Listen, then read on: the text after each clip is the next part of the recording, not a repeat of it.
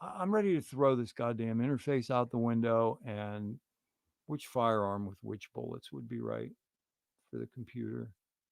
Oh, that would be so satisfying. Oh, I'm just thinking about it. If I could unload an entire clip into the monitor of this computer, that would be satisfying. There you go, guys. There's some motivation. All right. I'll get the top of the line box of the hollow points for, one of the nines, and we'll live stream me shooting the old computer in the face on the day when I can finally get the new thing going. All right. That'll be cool, man. Now where is my marijuana smoking implement? Oh my god, there was some troll, one of those fake accounts, like this guy comes in and he's commenting on the live streams of another content creator. Nobody's ever heard of him, of course, cowards. But I know where it's coming from. I literally know the guys that this kind of talk could be coming from. I know the direction. I know the cowardly individuals. There's really only 3, 4, 5 of them in all of Mexico. And in the stream, I make a comment that actually asks a legitimate question about something, and the phantom ghost, account troll is like, don't listen to Thothschild. That loser is a marijuana smoker and cannot be trusted. I was like, all right, motherfucker. Would you say that to whales? Good idea. Good idea. This. I like that. I like that a lot. That might have to be good. All right. So if I were to go back here in the comments, I would probably just get pissed off or depressed, right? Um, lots of sarcasm. Thank you for that. Lots of observations of the extremely obvious. Thank you again for that, guys. What are we at here? 3 people, and I'm probably one of them. So it's probably what Craig, Deck, and children. Oh, Hex is the way was here for a minute. That was my first ever commenter on stream. What up, brother? I don't even know if you're still here. That was quite some time ago. We have observation that the sound was on. That's nice. Mood lighting. Question is when? Well, this would be a good topic maybe to start with tonight. Okay, you guys are following Fearless Leader down that rabbit hole. Ay, ay, ay. Let me fix this thing right here. The PP is the Prosperity Project. Oh, no. I don't know if that's what he intended. Ay, ay, ay. Oh, boy, I see a good one coming down here. We could all use a little help. You ain't never lied. Mm, mm, mm. So, yes, I would like to very much shoot this old computer when we make the new one happen. Deck says that, oh, that is fucking righteous. I love that, man. Tannerite in an abundance, taped to the front of the monitor. Maybe multiples now that I'm thinking about it, because something about shooting them hollow points from close range at an electronic device like this with a nice flat surface feels really appealing, but the buckshot makes the most sense. We could shred it. I got a friend in OKC, Oklahoma, who has some pretty impressive weaponry. He's got like a fully automatic jaunt that would just destroy. Mostly shit talk. Yep, that's what it was. We have 4 here now. Well, welcome. We had problems of scheduling, problems of responsibility, got going, and then we had problems of equipment. But now, Thothschild is back, and this is episode number 6 of the Mind Spray. Now, 2 nights in a row. Yes, 2 nights in a row, everybody. And one of the main reasons that I did want to come on tonight, quite honestly, was to just like share my gratitude about last night. That was some humbling stuff. I mean, to have that array of you all in here, and you know, for once it's not to like bust the nigga's chops, and it's, you know, not even like sarcastic really either. It was like pure Hexagon love. And my God, if this isn't like the, you know, I mean, since I've been in Hexco, it's the 1000th, pardon me, time. But since I started streaming, you know, probably the 5th occasion, you know, people just coming out in droves and just showing so much love, so much support. And then to have Barry, to have the Rainmaker advocate for me, you know, to recognize what it is that I was bringing to the table, and what I was trying to say, that knocked me for a loop. I mean, he basically went to bat to say, let's get Thothschild the speaking slot at PulseCon. To be paired up with a guy as popular and as fucking just downright righteous, you know, as our ginger buddy, Brandon Rags to Riches, and have him show up. I mean, these things alone were enough to make me cry. I did get a little verklempt yesterday. But then Tony, you know, T-Money coming in and formerly making, you know, this invitation real. You know, you're doing this, you're doing it with Brandon and Rainmaker. Oh God, you know, that guy. I mean, that guy literally gave me 3 hots and a cot when I got into Vegas, coming from Northern California, guys. That's the kind of guy he is. So we're lucky to have Rainmaker in this community. Very, very lucky. He gets the first hot fire tonight. That's for you. That's for you, Barry. Right there, baby. Brandon, I think we're gonna have to give you the tongs. Take them out, clean them, use them.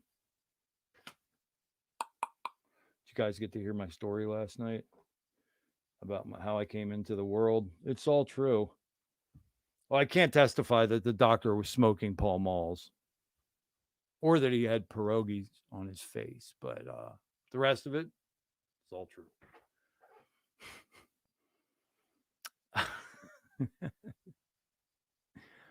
Let's get down through a couple more of these. What do we got for, folks? How y'all doing? Yeah, we could get crazy, bro. We could get real crazy with it. I mean, it wouldn't just be a matter of destroying this frustrating old technology, you know, that's rugged me multiple times, but we could actually punish it. Embarrass that thing. You can't shoot guns live. It would have to be a recording. That's fine too. I mean, God almighty, how many streams do I watch a week about weapons? In fact, last time I checked, that was like all my shorts. All my shorts are guns. This isn't even any hex stuff. Occasional Randy Halarski thing will sneak through on the shorts, but other than that, it's all guns. PC kill slow. Well, you guys will probably enjoy yourselves even more with this. I don't know if you heard when Kool-Aid was on, but I'm a musician, so guess what? That's a Mac we're talking about. So you can kill the fuck out of that. I mean, I like it. I've always liked them for this reason. I got my problems, the obvious problems with fucking Apple, right? The douchebags, you know, it's the furthest thing. Whatever, if open source is over here and freedom and autonomy and sovereignty and all these values, if that's over here, Apple is the fuck over here. And for that reason, they suck. But got to tell you guys, for their recording equipment, for the protocols and operations of recording, Mac was always better. And another thing is, I always like kind of enjoyed that your OS just didn't get herpes every time you know watched porn or fucking looked at a site about that had any kind of extremist radical views. Like God Almighty, those PCs get dirty fast. I know you got your little malware bites and your little spy bot thingies, but I don't know, man. It just seems like low hanging fruit for hackers. I've never. Have you guys ever heard of anybody getting fucked up with a Mac, like getting completely co-opted? I'd be interested in hearing that. It's one of those urban legends that you hear years and years and years ago. Oh well, Macs don't get hacked, but everything has changed so much. Wouldn't surprise me if Macs did get viruses and shit more often. These keyloggers, that's the real thing I think most of us are worried about. Tweet this out. I did. Yeah, I had mentioned a couple tweets. I'm going to actually try and do a bunch of things here before this is over. What do we got?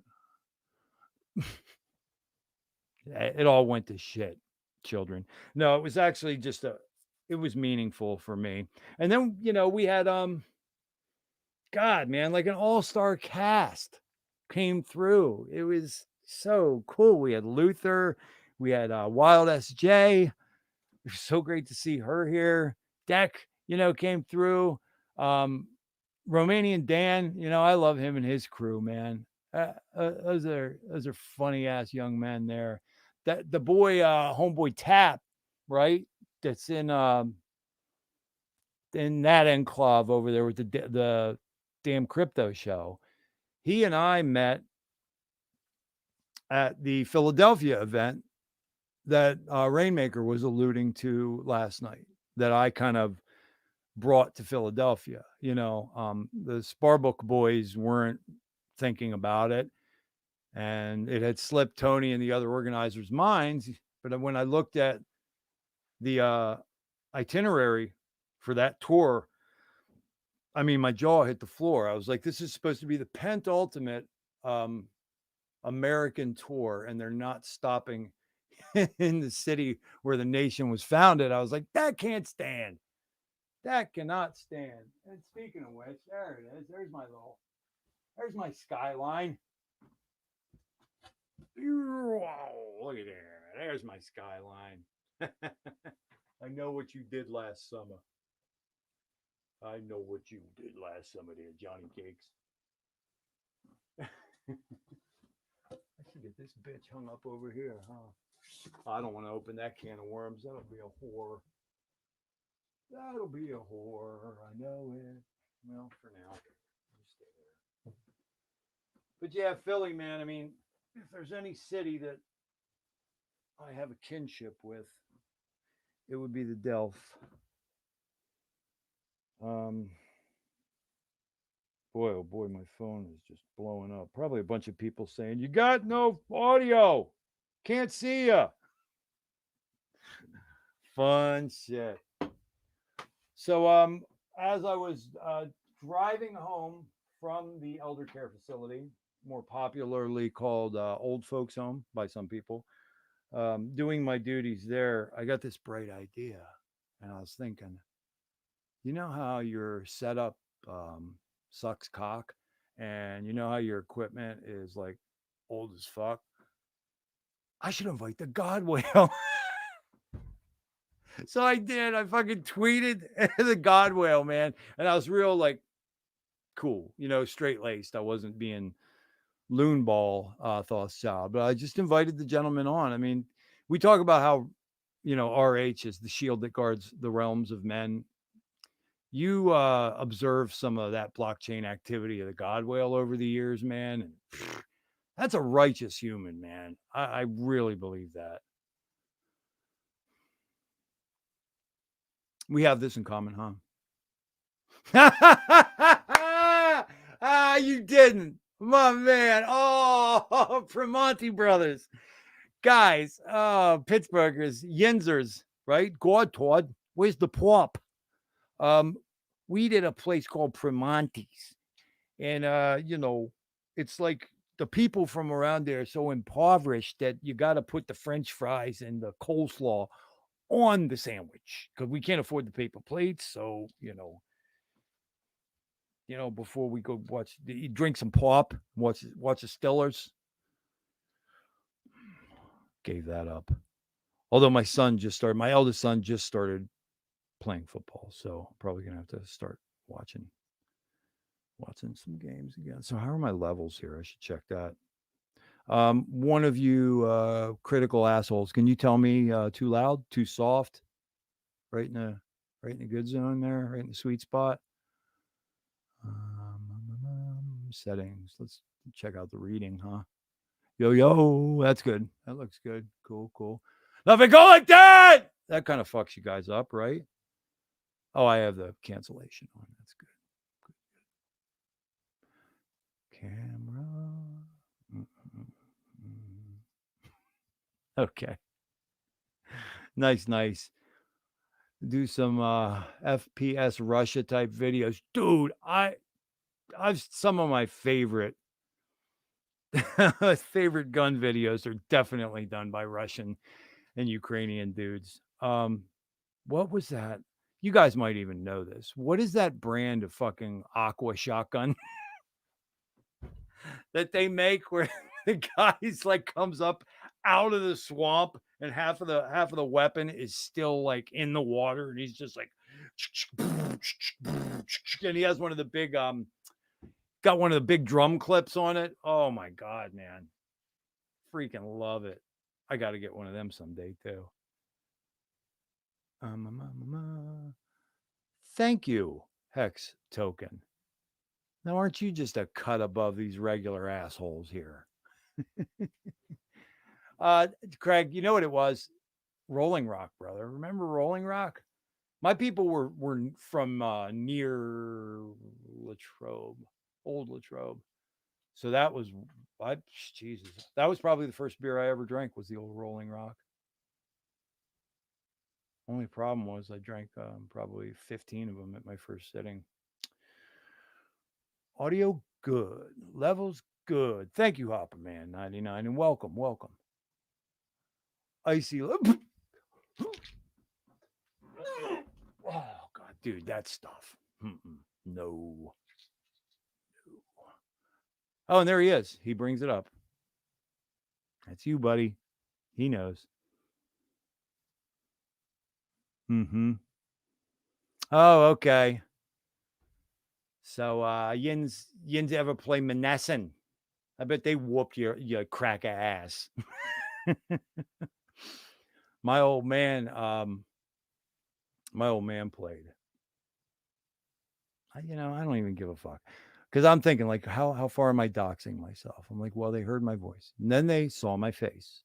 And then they know that the name of the podcast was the Riddle Radio Array. And then in the Godwell tweet, I said, hi, my name is Ian. So, we could just keep going down the rabbit hole with this. I mean, I look at Bran, Bran and I, we're both avid gun users, gun owners. So, I guess that's one thing. But I mean, who in Hexco does not know that Balliet Bran is like from, the Pacific Northwest? I mean, my God, the average Joe on the street in Hexco knows that Balliet Bran has brothers. It's like, so if he could do it, I'm like, all right, I can handle this. I'll tell you one thing I'm never afraid of. I'm never afraid of if everybody in the fucking world knows that I am me and I am speaking about the things that I'm speaking about. That's one thing I could give a fuck less. I'm more worried about, quite honestly, and it's legitimate, I think, if you guys know more about my story and who these couple, and they're very few, but who these couple enemies maybe could be, they might be dangerous people. And I worry about maybe not so much getting whacked.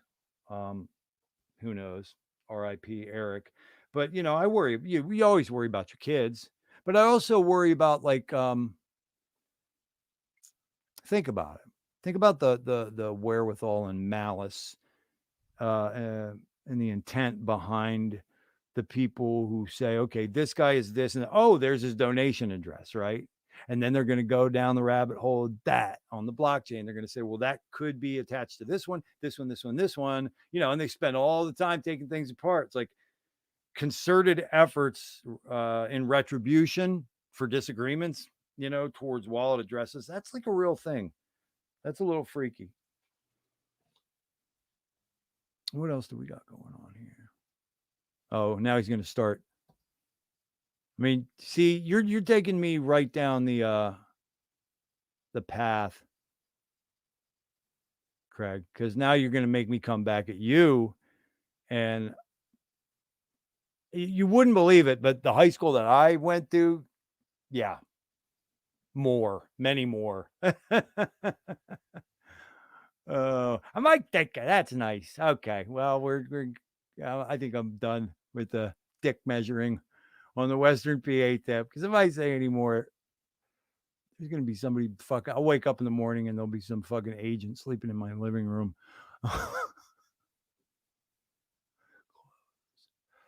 Okay, so we brought up the gratitude. I mean, I'm speaking at PulseCon, and this is humbling. I'm geeked. I know that it's not even going to be a matter of rising to an occasion so much as it is, maintaining the the click, that I'm vibrating at right now as it is. That just coming into Hex, the community, was such an empowering thing for me, because it's here that you find so many like-minded people, man. My God, the values of your average Hexican, to say nothing of the knowledge level.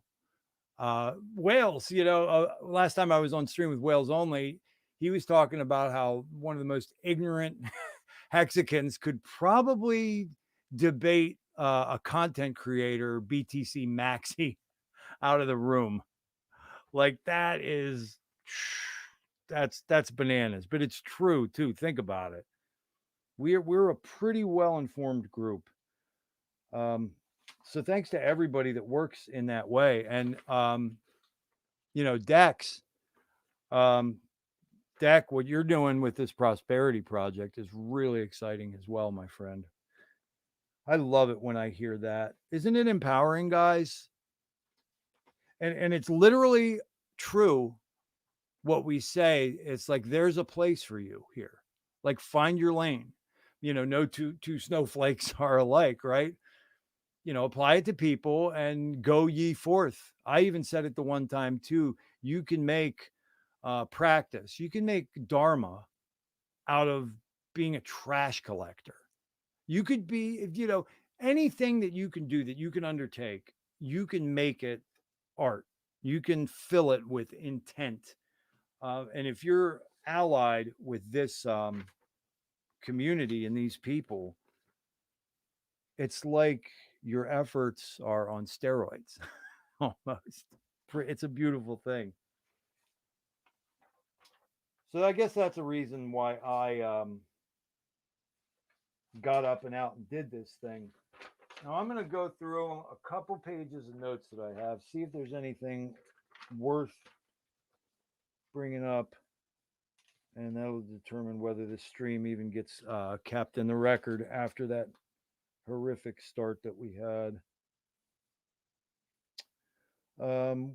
Yeah, so as far as it goes with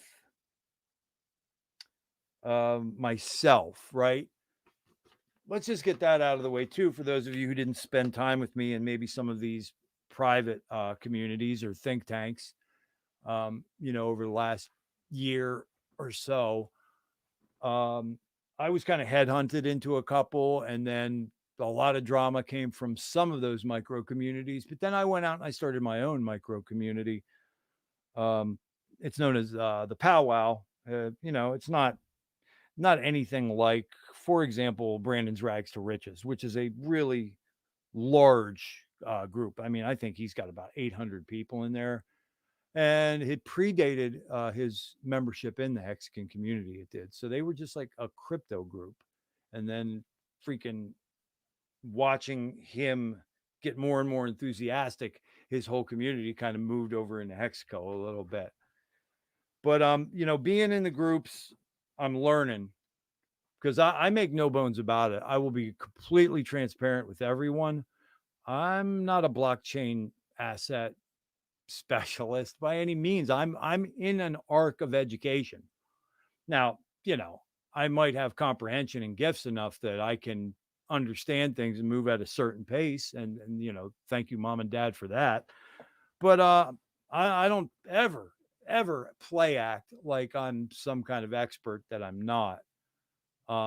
If I'm in a room, for example, with, let's think, who, like an orca, I'm pretty much shutting the fuck up. If we're talking about the nuts and bolts of crypto, if we're talking about charts and TA, and I'm with my brother Wales, you think I'm going to interrupt him, tell him something about that shit? No, that's not where it's at.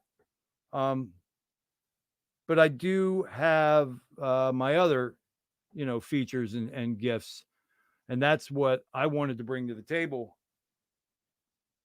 When you were looking at the content of the Hexagon content creators, it started smelling a little bit like a monoculture. Do you know what I mean? Like, it just seemed like the same 50 people were on the same four-way or six-way panel, and they were talking about the same news items, and then we were hearing the same kind of TA. And then you had the TA guys proper, who, for me, I think you guys already know, after over a dozen appearances and just becoming a personal friend, I was kind of a Wales only guy. I know that there are others who are popular. I might have made a couple of them mad before, because I said, that guy's doing a lot of chest thumping for giving a range. You know what I mean? Like when somebody says, well, I see in, a month, we could be looking at, 15 cents, and, we could be looking at 25 cents. And then the month comes by and the guy goes, yeah, nailed it. I'm just, okay. Like, I don't know. Like, there's a skill to it, and some are a lot better than others. To know it well enough to be able to do it with some manner of authority on stream. Hey, man, if I don't have to work like my multiple jobs to make ends meet, I would go online and do TA in, I was going to say 2 weeks, but probably 3. I could probably rock with like TA that would be entertaining and somewhat reliable. It would probably take me about 3 weeks to do so. That having been said, there's another level of it, right? And that's kind of where Wales was vibrating at. Plus, in conjunction with his TA, which is super high quality analysis, how much more is Wales bringing to the table? I mean, my man knows like the political sciences and anthropology. He has a view of history. It was a lot more in that value prop, I think. Very, very cool. It looks like the comments stopped. Did you guys all leave? I would understand if you did. I probably wouldn't even be mad at you if you all left. But there was, again, with the content creation, looking out on the landscape, what are you going to offer? Well, definitely don't want to do what everybody else is doing. And it's not to say that it's not valuable. My God, is it valuable? I mean, you guys live the life that you bleed magenta and orange and yellow and pink. You guys are with me on that, right? We learned a lot. And when you really were in your groove and addicted to the stuff, when weren't you listening, right? I mean, it's freaking, you'd be on the toilet and you're listening to Hex content. You're making breakfast or making dinner, you're listening to Hex content. I'd be on a roof. Oh, this is a good one. I when we were in the run up to Sacrifice, the OG Sacrifice last year, for pulse chain. You know, the main one for our coin, which is, you know, going to be like Ethereum, except can anybody say 4-second blocks? Can anybody say pennies to transact? Right. When we were in the run up to that, I would go in the Telegram Pulse main voice chat. That was brisk, lively. It wasn't entirely fucking retarded, too. I can't go in them too much anymore. Like I went in that Pulse X room one time. You want to talk about? I shouldn't say that. You want to talk about Bucktoothia? Hey, I'm John from Bucktoothia. Can you explain to me when me rich? Seriously, dudes? Like that's the nature of the questions. Anyway, I digress, as I am wont to do. So last year, I was taking no time off from those types of streams. The 4 guys on the panel talking about the same shit over and over. I didn't even listen to any music, I don't think, for about 6 months. Everywhere I went, anytime I could, I'm listening to crypto stuff, more specifically hex stuff. And there was one time I was doing a roof job. Or was I on a scaffold? Oh, that's right. I was talking to you know how when you get into one of those Telegram chats, one of the big rooms, but there's principally like 2 or 3 guys that are the main talkers and everybody else just kind of laying back. I got into one of those and I was on a scaffold 3 stories up with the wind blowing. And there were some Scandinavian dudes I was talking to. What was that one guy's name? Nobody that I subsequently ran into, but he was in there all the time. And we had this great conversation. It's in the record. That's a great thing about it. It's in the record. Somewhere back in the record of the recordings of the Pulse main, you'll hear these things, you know, that we bring up if you want to know if they're real. But anyway, the wind kicked up and he's like, "Oh, what is that?" I was like, "Oh yeah, I'm working on a scaffold right now." It's like, "Holy shit, man." It's like, "Yeah, take this shit very seriously, bro." All right, I think we've had that thing about my good friend Gen Hex and his PP for quite long enough. Oh, stop it. Stop it. Come on. What are you made out of? What are you made out of, paper mache? I'm playing with you. Hey, it's now. I remember you. You're the one I gave a real hard time about getting a wrench. Just thinking about what I would say about whales. I don't know. Whales, generally speaking, were my brother. See, there's a dynamic deck, and I'm noticing it now. And I don't hold. There's nothing I'm holding against you, but I just like if I had to guess, I don't get the vibe that you grew up in like one of the like 5 or 10 major cities. Like, did you ever voluntarily live or involuntarily? I know you went through some hard times. I know you went through some extremely hard times, Deck. But what I'm saying is, did you ever live in the environment of, say, a slum or a ghetto before?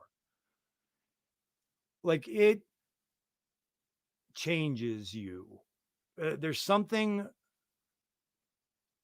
I don't want to say it ennobles, but as a survival mechanism, this whole acerbic kind of, it comes off like mean to some people, combative, you know, attitude and stuff. You know, it's first off, it's not as bad or as nasty, I think, as it appears to be or sounds to be sometimes.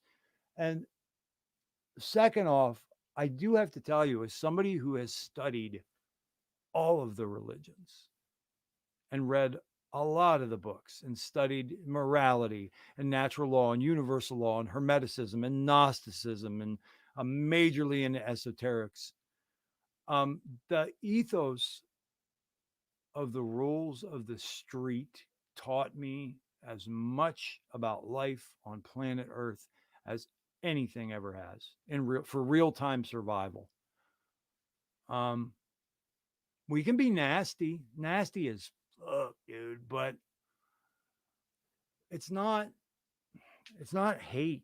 You know what I mean? It's just acerbic, I think, is the way that I would say it. And here's another return. But Deck, man, respect. And your story that you were telling us last night, more respect. Mind blowing, brother. And I'm happy for you, legitimately. I did conflate yours and Nardo's story at one point. I thought you and Nardo were the same guy. And last night, I later on I figured it out, but you really like did it for me last night when you told me, because Nardo was working in what was Nardo? A body shop, and you were working in like a detailing place, right? So for some reason, I had been listening to some X streams last year and heard one of you guys telling the story, and at the time I thought it was my boy Nardo, but it was you. That's a fucking crazy story. My man overcame. He survived, guys. Deck did. Deck survived, and now he's helping other people. He didn't only survive; he thrived, and that is my favorite story. Favorite story in Hexaco is not the people who not only survive, but they thrive, and then they end up helping other people, and not just giving a man a fish, but teaching the man to fish, or giving him the resource that he can build something. Now might be a good time to say that that's why I have been sharing one of my wallet addresses, because we are trying to raise the funds, Hexaco, to make our mission manifest with the show that we're working on. Can't do it without you. Let me get this out of the way because I can't see shit. Bring that down. Sorry, guys. I can't walk and chew gum at the same time. So, friends, I'll get back to it in a moment. But if you were to look in the description of the Thothschild channel, you'll find a donation address. Now, guys, I repeat, not looking for nickels, dimes, dollars of mothers and fathers, or single mothers or single fathers, or people who are like literally busting their ass in half, and they're looking down and they're like, wow, I have 1.5 T-shares. Because I know what that feels like. That's me, not specifically, but generally speaking. So I don't want anybody, even if you love my attitude and the content that I'm providing, please do not hurt yourself in any way to give money to a schmuck like me. But me and the kids, all 4 of them, we're trying to put together a really different show. Like, seriously, the first Hex comedy variety hour type thing. And I'm going to go over that a little later here. I'm going to lay the whole thing out for you guys. Those of you who do have the resources and can spare them and can get behind an asshole like myself, I would encourage you to check out that crypto wallet address ending in CC, which I will also post right here. If anybody would like a fiat option to donate to the Thothschild channel, or more particularly the Mind Spray show, I can, DM me in Telegram or Twitter, where I am Thothschild in both places, and be more than happy to give you a Venmo or Cash App Addy. So consider donating, because this computer proved once again tonight it's a piece of shit. So anyway, yeah, I'm all over the place. Don't worry. That's just how I am. Ep6 how's it going? Thank you for coming back, my friend. Blaine or Blaine. That could be like some French shit, right? Blaine. Sup, Hex fam. Sending out some love and positive vibrations to you all. Thank you for coming through. Hey, guys, welcome. There he is, the diplomat, Gen Hex Craig, who, by the way, folks, he's got his own channel. I went and checked it out. He's putting in the work and, get subscribed. Did you cross that threshold yet? I didn't even check. Let the cat out of the bag. The guy was bumping right up against the 1K subscribers. Be cool to know if you got there yet. But if you haven't, I'll be more than happy to send as many people as possible your way, my brother. Who do we got here now? Louis Siffa. Howdy, y'all. I like that name. I had an Uncle Louis. Uncle Louis lived to be like fucking 99 years old. Drank a bottle of brown liquor and smoked filterless cigarettes every day of his life, right? Worked down a mine until he was in his 60s. Close your ears if you don't like disgusting, but used to keep a mayonnaise jar next to his, recliner, which stunk so bad the recliner could get up and walk, on its own. But his lungs were like coming apart, and he would put them in a mayonnaise jar next to his chair. Worked on a mine. He lived to be 99 years old. My father's theory for the reason that my Pollock, Western PA coal mining Uncle Louis lived to be almost nearly a century old was the amount of nose hair and ear hair that the man had. God bless you. I love you, Uncle Louis. And my dad said that these serve to filter out the incipient toxins of the modern environment. And that's why Uncle Louis, kept on trucking. Now, alternatively, my mom, my God, healthiest person you ever met. Out of here. 68 years old. There's no telling, guys. It's a wild thing, man. Anyway, that don't really have nothing to do with you, Louis Siffa 369, but made me think of my Uncle Louis. Yeah, Finbear. Sleeping? Probably sleeping. Ace saying hello. Gen Hex is made of jello. I doubt that. I do doubt that, sir. Hey, here's a buddy. She's bragging about her wrench. All right, since I don't know how to pronounce it properly, B, I did bring up Hegelian dialectic last night. I'll keep banging on that one until everybody wakes up, man. You can't. You guys, we cannot take a single headline at its face value. Stop doing that. It is a narrative that is part of an agenda. I don't care if it says puppy finds red ball at park. If they're saying that shit, there's a reason. If you think otherwise, you are completely ignorant to the machinations of this world. The Hegelian dialectic is problem, reaction, solution. I'll give you an example. Have there been any public shootings lately? I counted a cluster of 3. Wouldn't be surprised if there's another one very soon. Now, how is it that we go these long periods of time, months, maybe sometimes a year, and there's none? And then all of a sudden it's like, bam, bam, bam, bam. And moreover, it's never like, oh, he failed.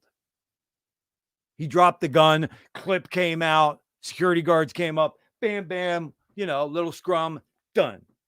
Does that ever happen?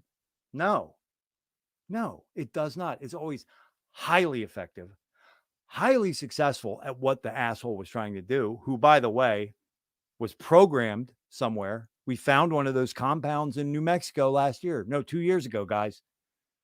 A legitimate school shooter compound training facility was found in New Mexico a couple years ago. This is real. It's not like I'm making it up because I really hope it's true. We found a facility where they were training kids to snap the fuck out and shoot a bunch of motherfuckers. Now, how did they spin that? Well, once it was out of the bag MSM was like, okay, this gets 1 day of run. Meanwhile, responsible journalists like, oh, I don't know, James Corbett of the Corbett Report and Evan Pilato, those guys thankfully kept talking about it. God bless those brave men.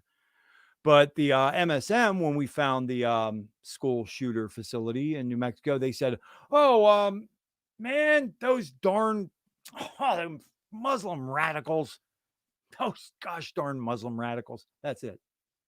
That's what they said. So, B, you got me started, baby.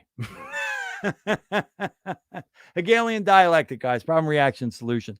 Convince us that we have a problem that they will magically show up out of thin air to provide a solution for. That, my friends, is probably the best way you could look at what the streets popularly know as a okey doke. Gnostic hermetic, baby. There it is. Flophouse.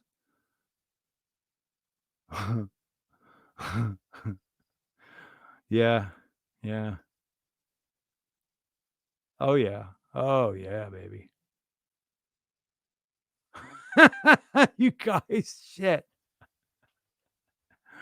Oh, yay, crypto, huh? Oh, man. Oh, there it is.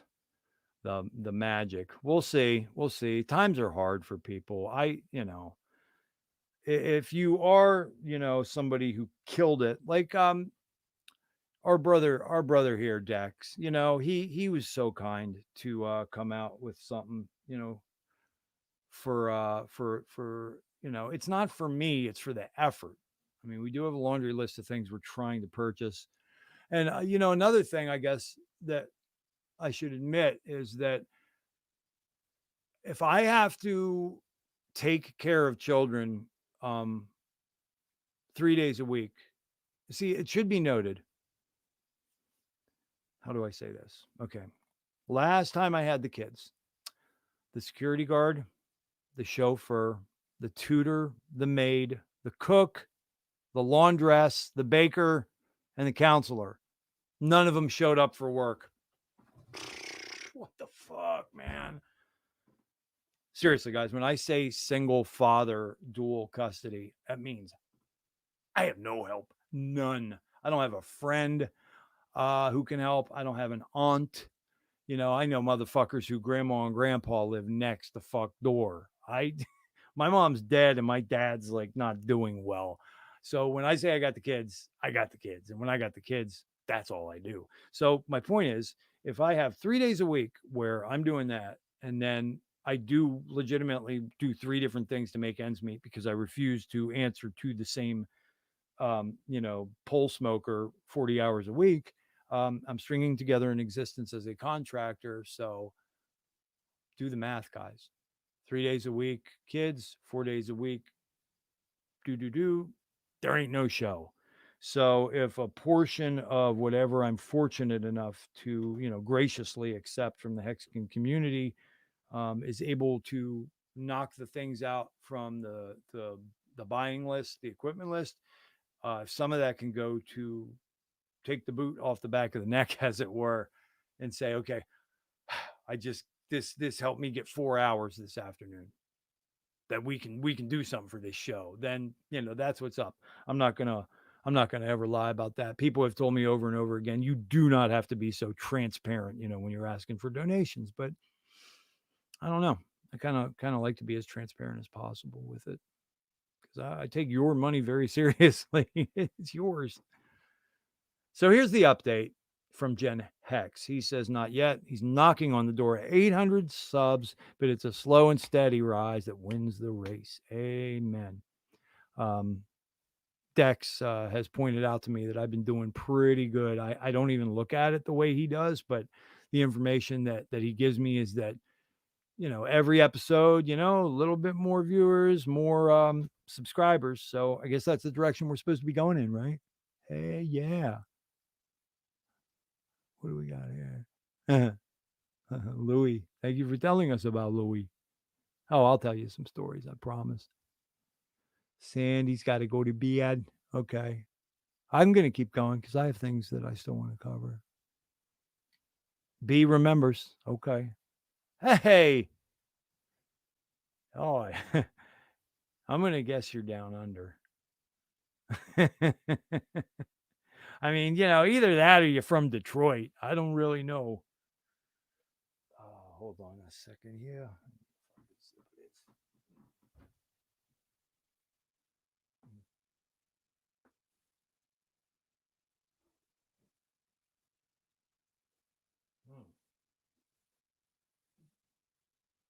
Oh, yeah. Sorry, guys. I went like literally straight from some work to the elder care facility, straight in here. It got up and running. Seemed like it was going reasonably well. And then on the freaking interface, it just stopped working completely. All right. So I should probably refer to the notes at some point so I can actually get to some of the topics that we wanted to cover. Let me see something here. I have some great memes that I did want to share with you guys. And then what about this bad boy? Oh my God, that's retarded. Who else taking off? Taking off, Jan Hex. Thanks for coming through again, brother. I really do appreciate you. I appreciate all you guys checking this out.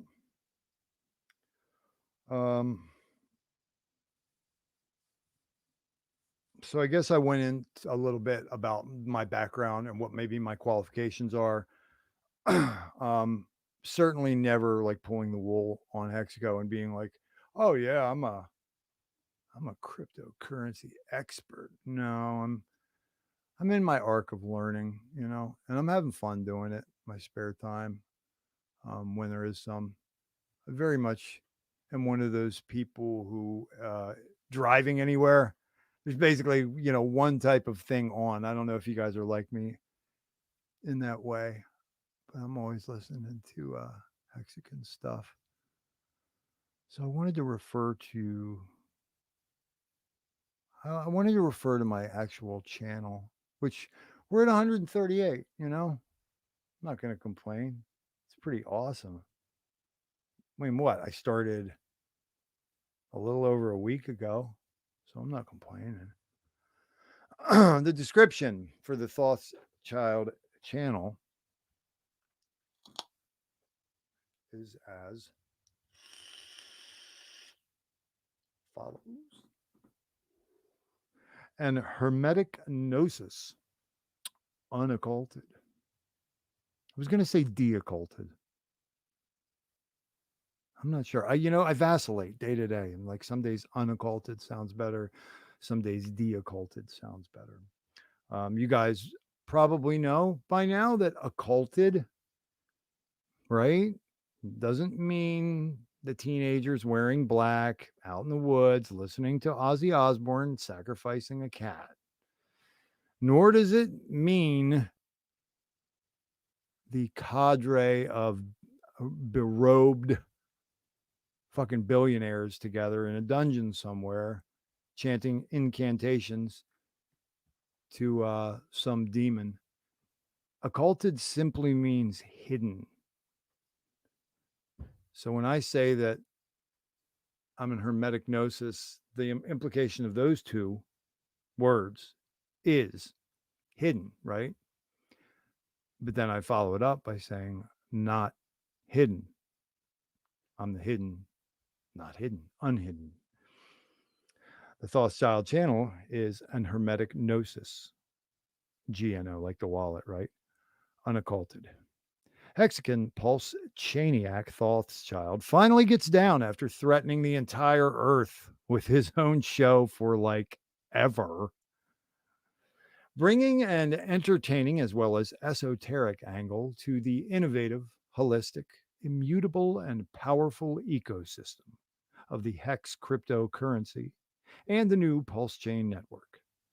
This, and this is what I was looking for because I couldn't remember what the fuck I was worth anything for. No, I'm just kidding. I couldn't remember how the fuck I worded it. This iconoclast, it's funny, iconoclast, You're like, what's an icon? What's an iconoclast? He's iconic. Like, what's iconic? Well, Richard Hart's pretty iconic, right? Like, RG3 is an iconic. He's an iconic hexagon, right? Well, the iconoclast is like the person who smashes iconography, but I'm not doing it in hexaco. I'm actually trying to smash conventions, narratives, and versions of history that, through my study, proved to me unequivocally, without doubt, are straight up lies, straight up okey dokes being run on our population, our global population. Most people knoweth not how fucking scary close we are right now to slavery. If you can't see the chains, you think you're free, right?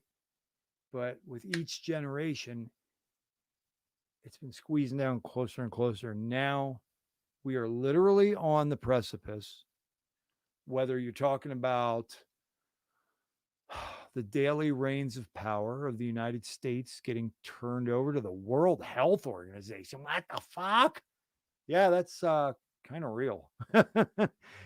Any of these machinations. It could be something as obtuse as the choice of wording in articles of the New York Times, but it's all a steady march towards fascism, towards slavery, guys. Nothing short. I'm not being dramatic. You think I'd fucking come on here and fucking say this shit if I was like, serving my ego? I'm like trying to ring the alarm bells, my friends. This shit is real. And if you take the time to dig in any discipline, on almost any front, it will yield some terrifying realizations. Now, you could say, well, that bothers me and I don't choose to I choose to not participate in acknowledging that reality. Okay, you selfish cocksucker. Good for you. Good for you. I hope your ignorance works out for you. See, this is the problem with the New Age movement, right? Them motherfuckers. Don't get me started. I've spoken quite loudly about the New Age movement and its belief systems that they push on people on Official Pulsification, the Writers Guild with Hex Luthor, as well as I went off on some amazing tangents with Wild SJ on her Sci-Vive show. I was supposed to stick to talking about time and the Richard Hart chapter about it, but I kind of went off as I'm doing now. So, sorry, that was just a few words about iconoclasts. So, being that maybe an articulator, and this is where I got compliments last night that made me really choke up, guys. For a guy like Brandon, rags to riches Brandon, and a guy like Rainmaker, to say what they said about me in that regard. What can I say? Make a man feel good. So, storyteller. So there you go. That's in the wheelhouse. Writer. I am a writer, but I'm not the writer that what's that Taylor guy everybody says is a good writer. He's actively doing that, like making a living out of it. I mean, the only way I saw to make a career out of writing was getting paid, what was it, 5 cents a paragraph to explain to you why this Tupperware was just the best shit ever. To me, to take the gift of the written word and spend my life doing that, I was like, I will much rather hang drywall or work on a roof than take my sacred writing, which my other daddy Thoth taught us, I would rather, because that's just, that would besmirch. It's beneath, I'm sorry, it's beneath me. I'm not writing fucking product descriptions for a living. I mean, if people do it, they do it. Good for them. It's their life, their choice. Thothschild couldn't do that. So I wrote some blogs before and then discontinued. I was a writer for like organic analog newspapers in the old technological paradigm some years ago. But I don't, I'm not like the proper professional writer, but I do write. So that's that.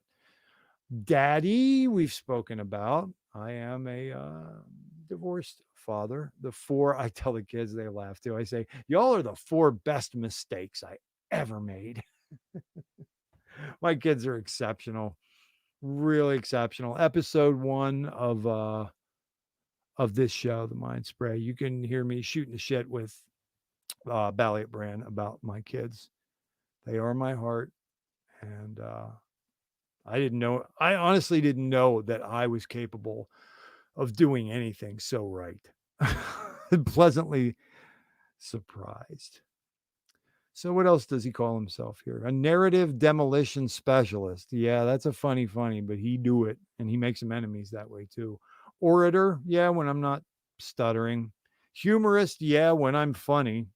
Researcher used to be. Haven't had a whole lot of time to read lately. Musician there again, kind of a sabbatical. But as I said, I was a hip hop scratch DJ, okay, which is different than your house DJ. Now, in my era, okay, and this is why, like, we were like battle DJs, like, you show and prove.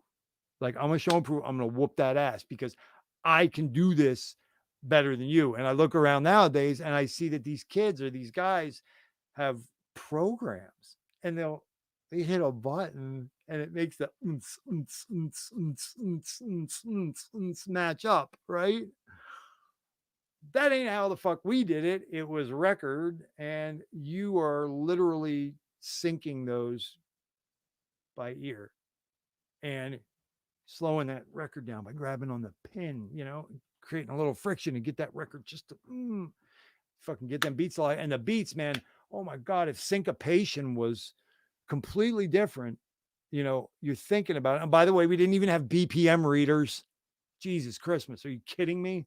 So you'd be like, all right, check it. My boy Train would like put a sticker. He'd say, all right, well, this one's got to be between 93 and 94 beats per minute. So you grab another one that you thought was in there or reasonable. Say you got a Tribe Called Quest track. It's 92.7 is what it read at when they actually measured it. Okay. So then you take those two together. You're going to adjust your tone, which is fancy word for the speed of the RPM, right?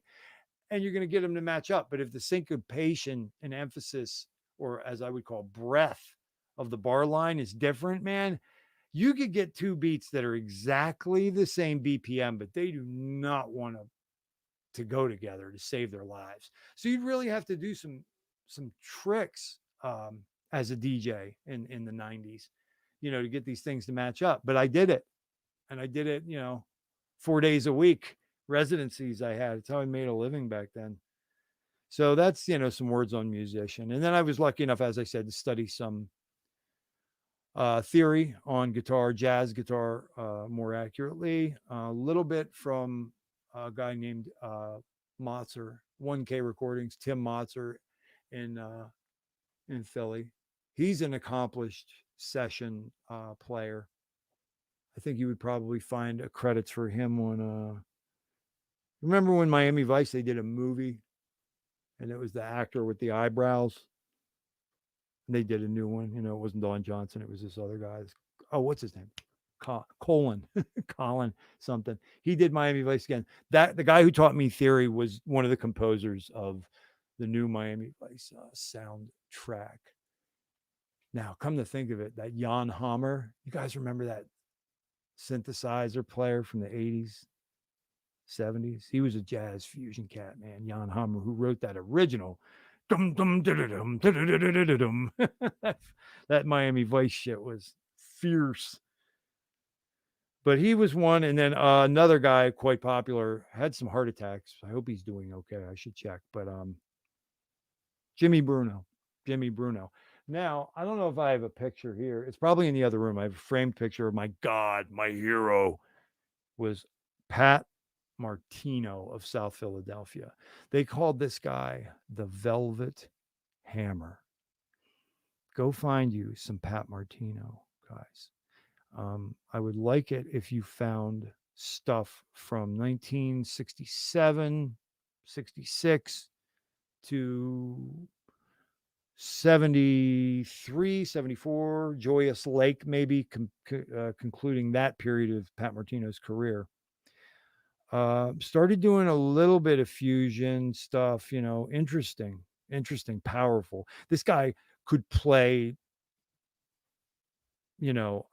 triplets, like 16th note triplets at lightning speed. I mean, just sick. But his choice of notes and his tone, oh, it got you right here. It really did, the Velvet Hammer.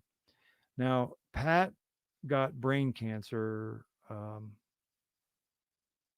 79, 80, I want to say. Now, check this out. Pat Martino of South Philadelphia, legendary Hall of Fame jazz guitarist, got brain cancer and forgot how to play his instrument because of the brain cancer.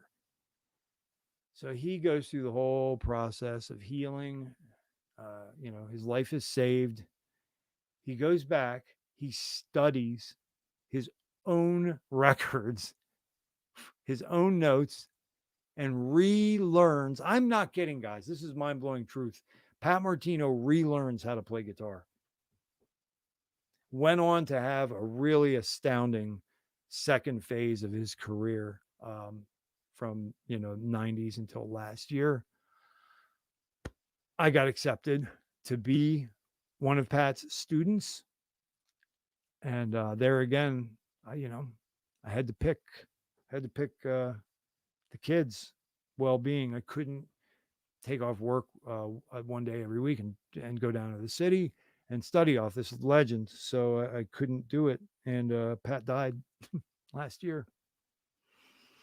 Pat Martino, rest in peace. Guys, go check out some Pat Martino, man.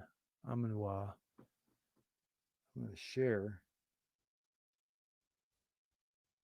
I think that's the spot. Yeah. Oh, there it is. And then I'm gonna share two names of two of my favorite Pat Martino records. One is called Baina, and one is called Consciousness. Excellent stuff. So, musician, organic gardener, yeah, biodynamic. I follow the rhythms of the earth and the planets when I garden.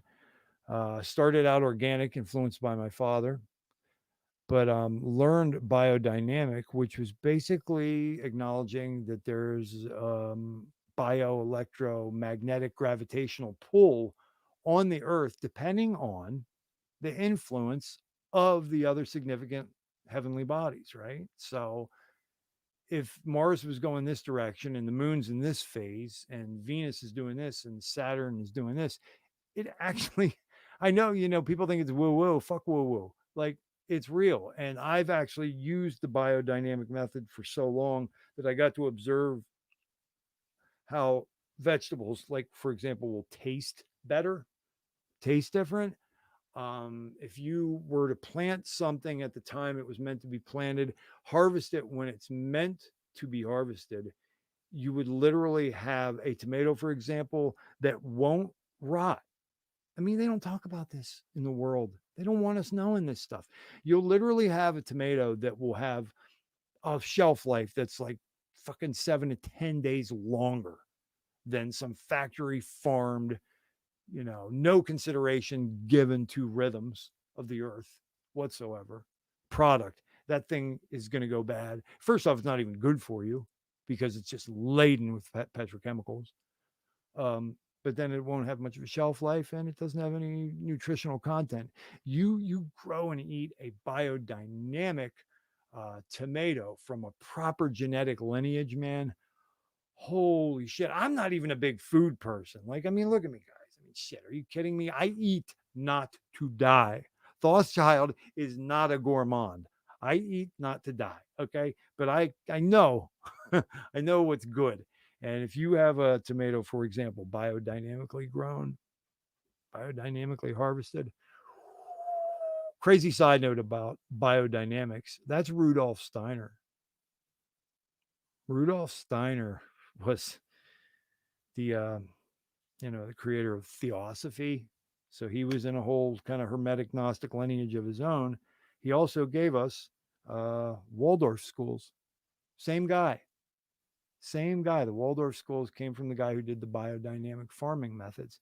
Now, here's something people don't know, they don't talk about. He also had a medical system. Kind of makes sense, right?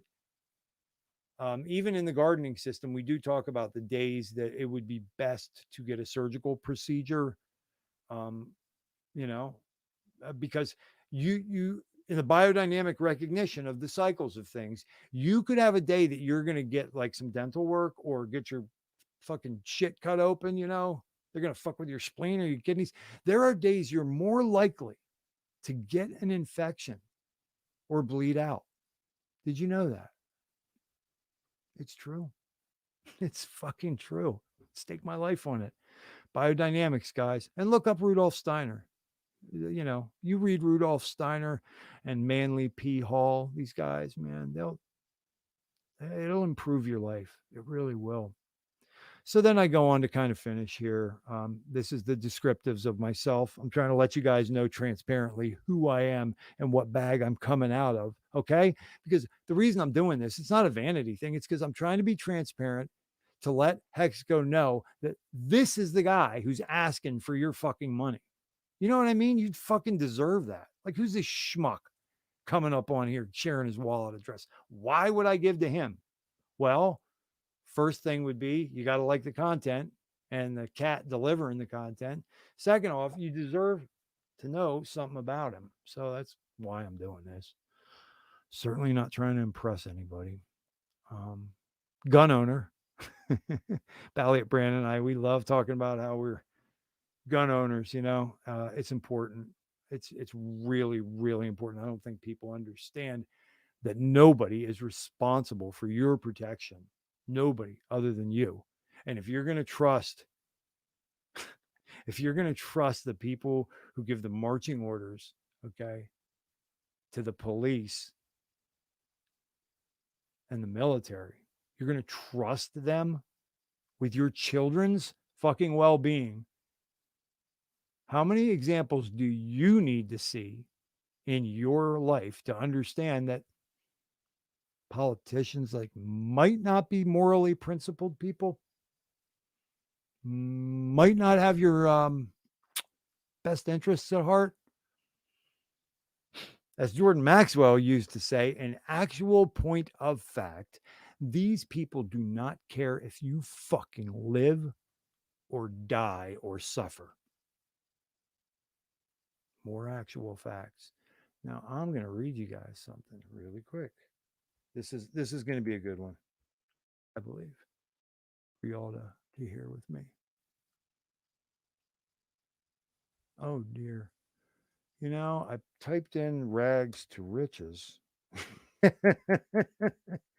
And there is a lot of rags to riches stuff. Well, here's our boy. There he is. Smiling ginger ass cracker. What did I say to him last week? I said, he's from VA and I'm from PA.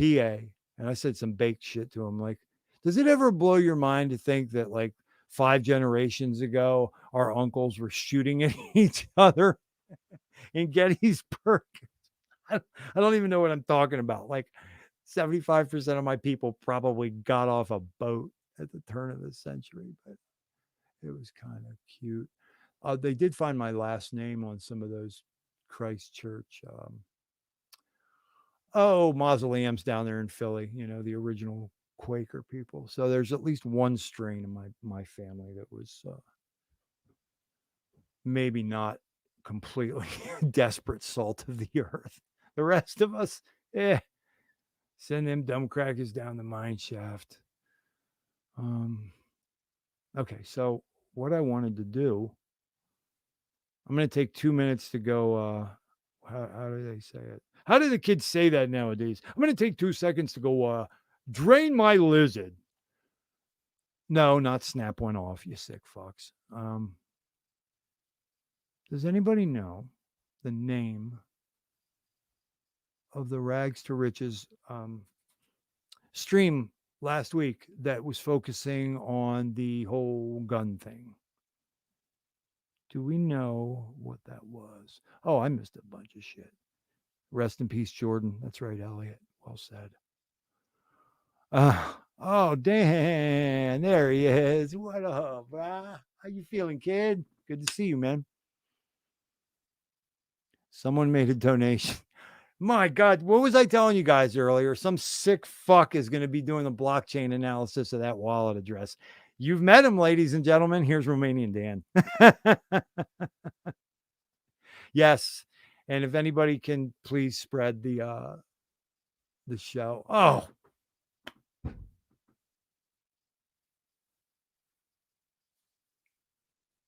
Louie, Louie.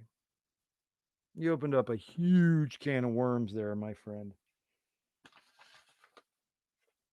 There's three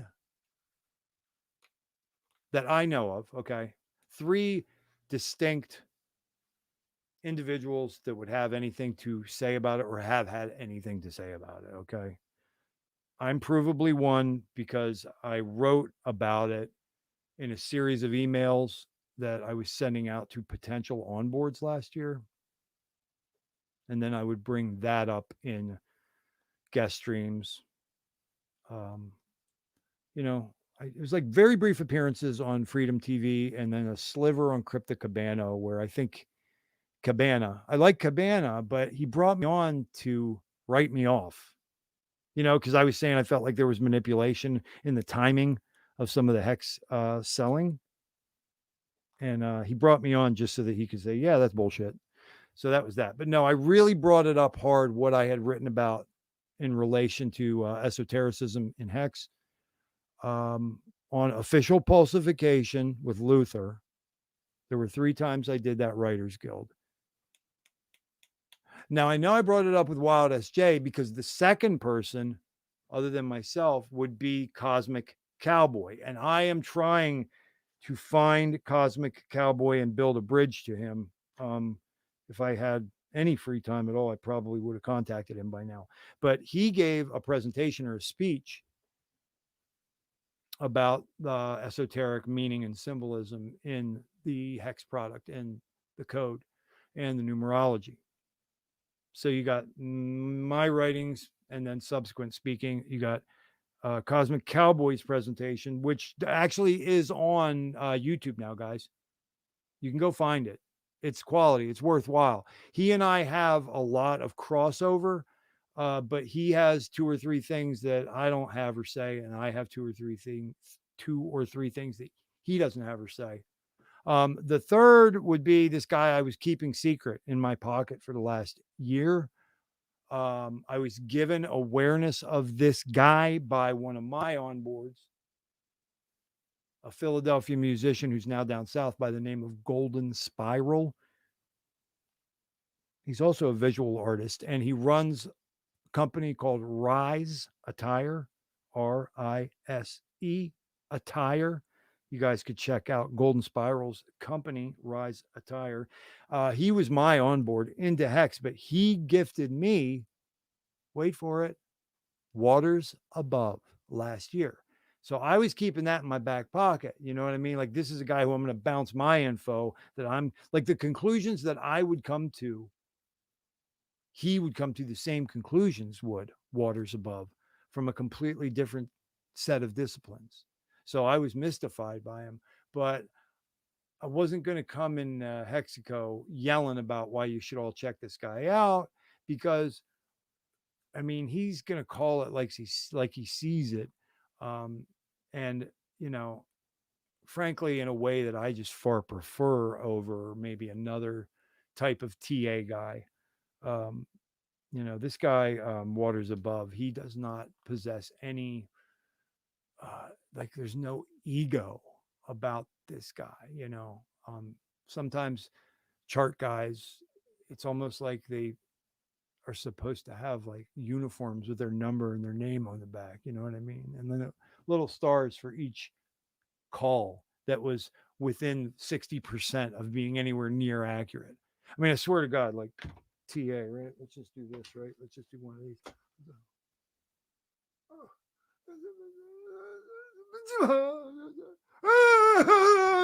That, you know, that's a lot of TA, you know. Let's do another one. You know, what's the charts right here? All right, well, you know, I'm going to draw a line right here, and then the line right there, and then somewhere in this vicinity right there. That's going to be your guaranteed moonshot. It's like, and the guys that get like, oh, I'm king shit, man. It's like, dude, like where in Bucktoothiya did you live, dude? Like who do you think you are walking around like you're king shit? Like I called a price range and it was sort of right. Oh, God. So I digress. I will go back to finish my little bio in a second, but waters above, cosmic cowboy, Thothschild, three entities whom I have heard or know that have spoken about the esotericism in hex. And I'll tell you, once Wild SJ helps me pin down Cosmic Cowboy, I'm gonna have him on the program. Okay. Well, you guys are really talking about some crazy shit. Now, before I get back to my thing, let me just say this, guys. What does initiation mean? You know what I mean? Um, I can tell you all right now, I was never initiated into anything. Closest I got was I almost fully joined, like fully committed myself to the mosque of Bawa Muhayyadeen in Overbrook in West Philly for a period of time. And then I wouldn't say I necessarily repudiated Islam, but I was just like, I'm here for the Sufism. I'm not here for the Islam. Do you know what I mean? Like the orthodoxy just was never attractive to me. And wherever it started to smell or taste like orthodoxy, I didn't want to have anything to do with it. The Bawa Muhayyadeen Fellowship in Philly is really like beautiful, open-minded, loving, kind people, but I couldn't fully commit. That was the closest I got to being initiated into any kind of esoteric thing. Now, when we say is Richard initiated or not, I mean, guys, Mark Passio points out to us that doesn't really mean anything nowadays. Like the lodge system in the United States, they're not teaching them niggas nothing, dude. They are not, even if you're a 32nd degree dude, they're not giving them anything meaningful. The Masons are intentionally, you know, at some point they did a hard cut and they're just like, all right, the rest of these guys are just going to uphold the bake sale, you know, and help the Shriners out with their little fucking cars when it's circus time or parade time. Like the initiated on the, you know, general level in America it doesn't mean anything now. It doesn't mean that they're getting access to hidden knowledge. Um, I wouldn't say I'm necessarily the guy for the job, but like somebody like Mark Passio, maybe, you know, who sometimes I go back and forth on because I do believe he's still Luciferian. He's just not satanic, and there's a difference. But Mark Passio would be more qualified to teach Freemasonry to Freemasons than Freemasons, if that makes sense. Richard, here's the thing, and this is something I will cross this Rubicon at the time, hopefully with somebody like Cosmic Cowboy. But initiated or not, right? Richard knows something. how do I, it's hard to expound upon that. The guy's clued in. There's no way any of this just all comes together the way it is in happenstance. Okay? He does not pick the shape that most efficiently tessellates a plane, which just, by the way, just so happens to be one of the most efficient operating cryptocurrencies on the blockchain, a real DeFi product. He doesn't just pick Tesla's magical 369 number, and you'll find like Fibonacci and golden ratio shit like all through here. It's rife with it, guys. I don't know what to tell you, but look at the cover of Sci-Vive. Look at the cover of Sci-Vive. I've said it before. I'm not saying it again tonight, but do you guys know what that is? You're going to tell me Richard Hart doesn't know something about Hermeticism, Gnosticism, esoterica? Impossible that he doesn't. And that's why part of the reason I don't feel like such a maniac coming up in this fine community and talking this shit.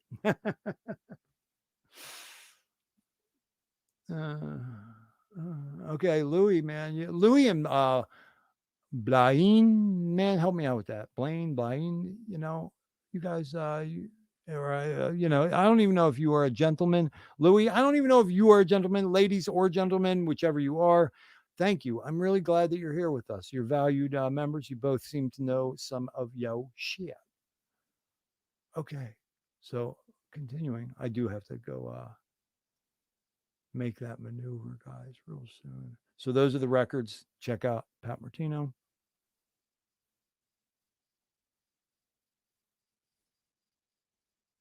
Don't know it?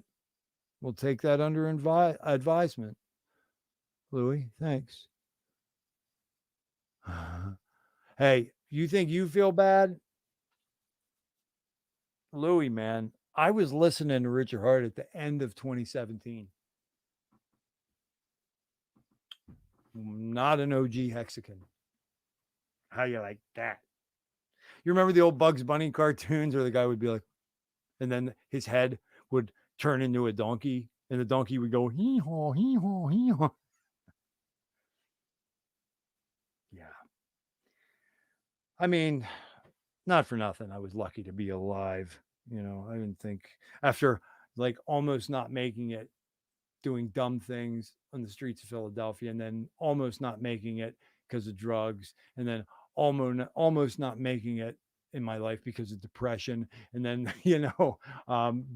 bullets legitimately flying over my head the one time, past the vehicle another time, a knife thing in South Philly, all these times where like I almost died or almost got whacked or I got death threats, or you start to do it to yourself if you're really in a fucked up place. I was in another one of those places when I was going through my divorce. I shouldn't talk anything negative about that, but when your children are your entire reason for your rebirth and your existence, and now for the first time in your life, you're facing the possibility that you're going to be, you're not going to be under the same roof as them for the first time, and this is going to be now the reality going forward. Oh my God. Any of my brothers, man, any of you brothers that have gone through that, man, I am so sorry. In fact, I'll go one further. I am here for you. If you are a brother, I don't know what to say to women. I don't have the capacity of consciousness. I would counsel a woman on many fronts, but as far as a collapsing romantic relationship goes, I do not feel qualified. I feel compassion, and I know that the woman is not always wrong, right? But I have a feeling towards fathers and men. And if you guys know of anybody who is struggling, I want to be here. I want to be here for that, try and help them keep their head up, don't let them hurt themselves. I don't know how I was blessed that I was able to keep it together. But I certainly wasn't thinking about no motherfucking hex when that was the deal, you know. For me it was like, how do I stay alive? How do I get to see my kids again? You know, how do I keep from pissing how do I keep from pissing her the fuck off or threatening me anymore? It's it's a scary it's a scary deal. I've been told by some people who are closer to the industry of divorce that some states are starting to change a little bit. But you know as well as I do that a lot of these laws are just default, you know, stacked against the man. It doesn't really fucking matter. So, okay. So I got to read you that Brandon thing, man, because it was really good. I'll tell you what. I'll do the gun thing after I wrap on the bio. So the end of the bio then is underground hip hop OG. I'm not going to start talking about that because that'll take forever. Maybe we'll do an episode for that. As many of you know, I'm an advocate for sovereign autonomy. I say under natural law here. Since that belongs so much to Passio, I'm thinking about starting to use universal law more often. God's law is good too, but there you have a healthy half of the people. You know, they hear the 3-letter German word for good and they just run in the other direction, and that's not what we want. Because I don't. You want the whole enchilada right here. I don't anthropomorphize the infinite. I don't accord human attributes or actions to God. Like God thinks. God has white hair. God, man, he likes the Giants, but he fucking hates the Jets, man. Like, you know what I mean? Like people who talk about an infinite vibration, okay? Like the alpha and the omega of all things. When people talk about a quote unquote God, like, oh man, it really makes my head hurt. Like, it's okay, honey. God really loved Lulu too. It's like, oh, that's not how it works, man. It's all right though. We got to be patient. Okay, single, divorced, and straight, he says. I made sure to let everybody know my ass was straight. I did not. I was a whore when I was a musician, had lots of beautiful women, some of them for relationships as well. And then I had the, relationship with kid's mom. And then when that collapsed, done, son, production. I think I might have fucking taken one girl on one date in 4 years. I was just tuckered the fuck out, man.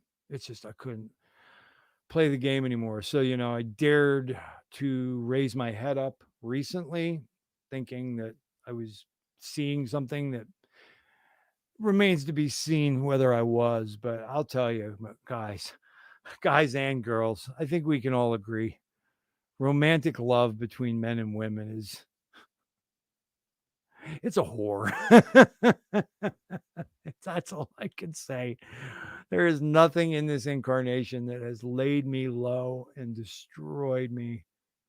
And alternatively, maybe perhaps here and there, nothing that lifts you as high or makes you as excited to be alive.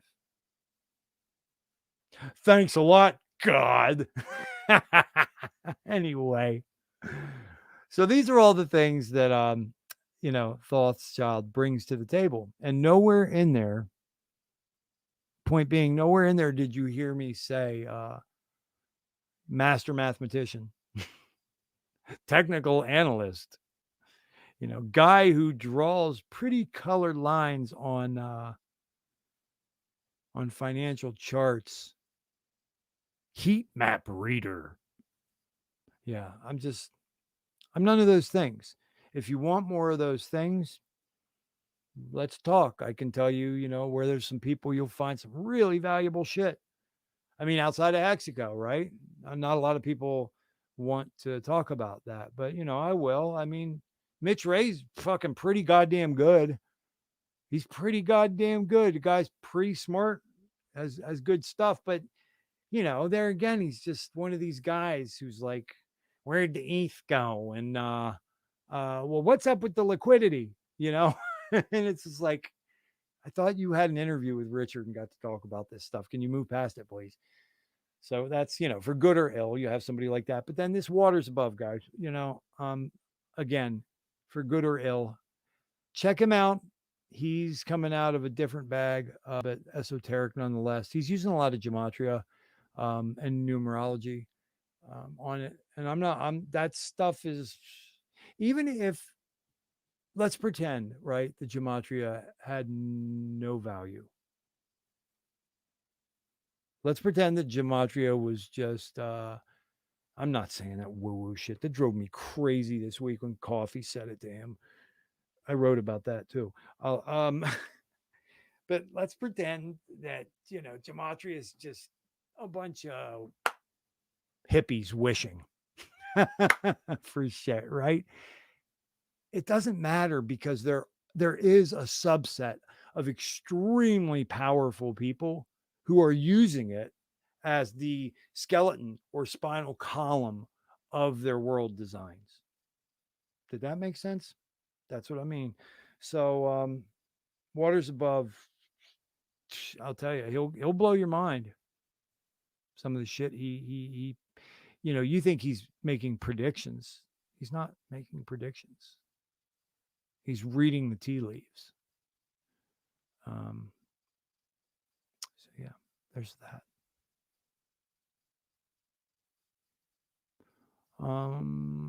So the reason that I just went through, guys, that whole exercise of going a little bit through my bio and the descriptives or the labels, which are at the end of the day worthless. They really are, the labels.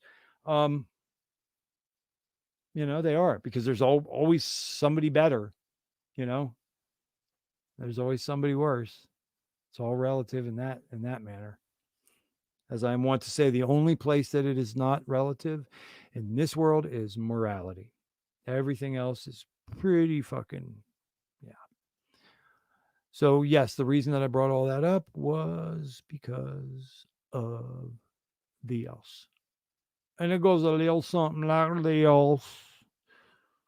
That's my crypto Ethereum wallet address. I think you got Polygon on that motherfucker too. You could program all kind of custom RPCs, but that's the old wallet address for donations for Thothschild's channel and the Mind Spray program. We only have 7, and that's kind of like tied for the highest we got. And I'm terrified that if I fucking go take a piss, I'm going to come back and there'll be maybe 2 left. But hey, no, you guys got lives, and it is late. I do just need a moment. Thank you for being so transparent, Thothschild. Thank you for recognizing the transparency, my friend. Man, Elliot, you ain't never lied, brother. I love that, man. That he's one of my top 5, top 10, maybe, teachers. You want to talk about a guy who got me onto etymology. Ooh, those are the auspices under which I'm like having these consecutive appearances on the official pulsification with Luther. If you guys haven't had a chance to check that out, maybe I should share some of that stuff, because Luther, guys, is an excellent producer. He's putting forth some pretty good old school efforts over there at official pulsification to build something from the ground up. Let's go over there and get it. Looks like they had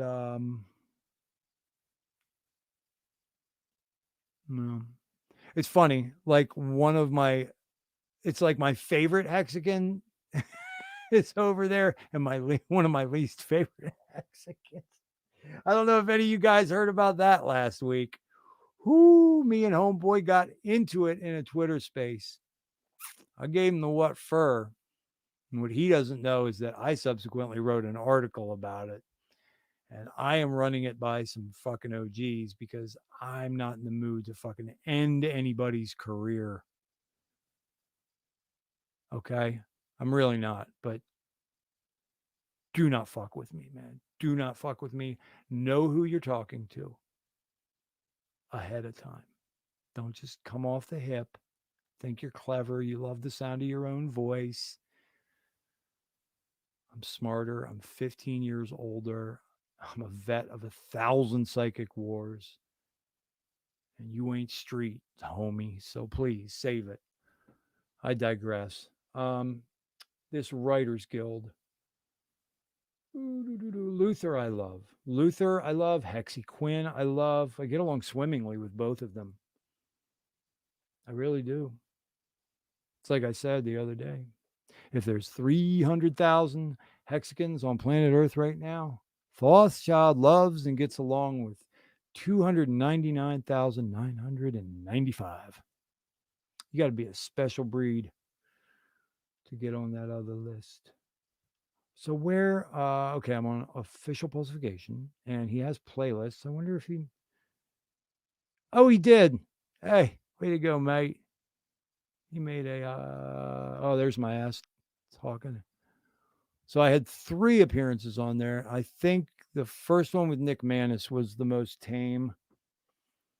And then I started getting more myself, weirder and weirder.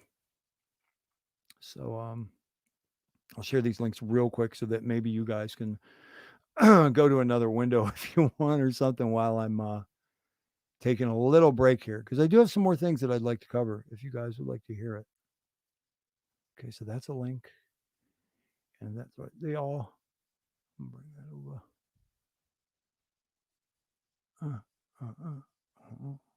Oh, great. I'm so happy that Children of the Grave is back.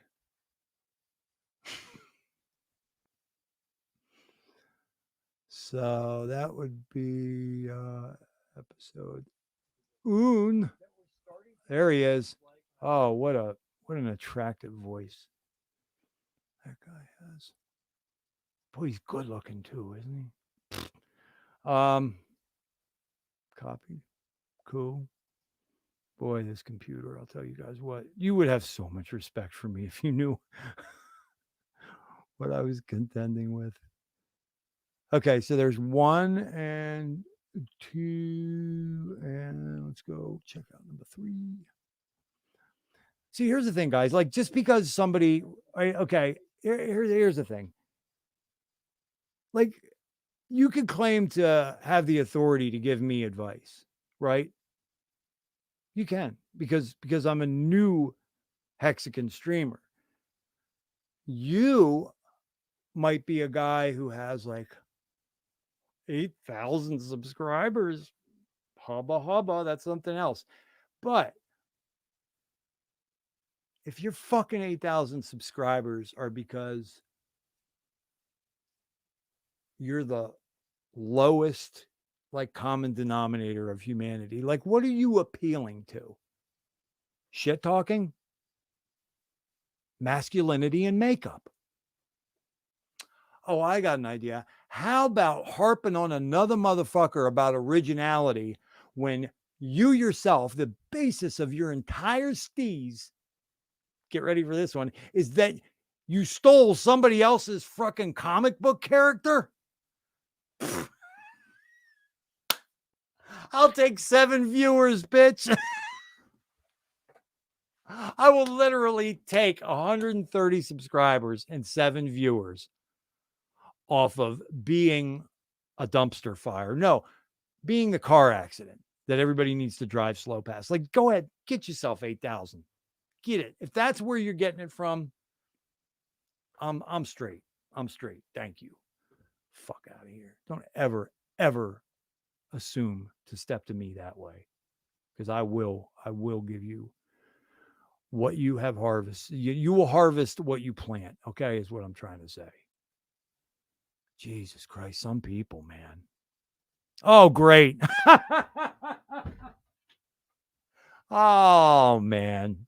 Damn. I was giving you compliments. I hope you know. If you wind back, I was like, I love me some Luther. I love me some Luther. Yep, I was just sharing the Writers Guild because it's a place where I was bringing up.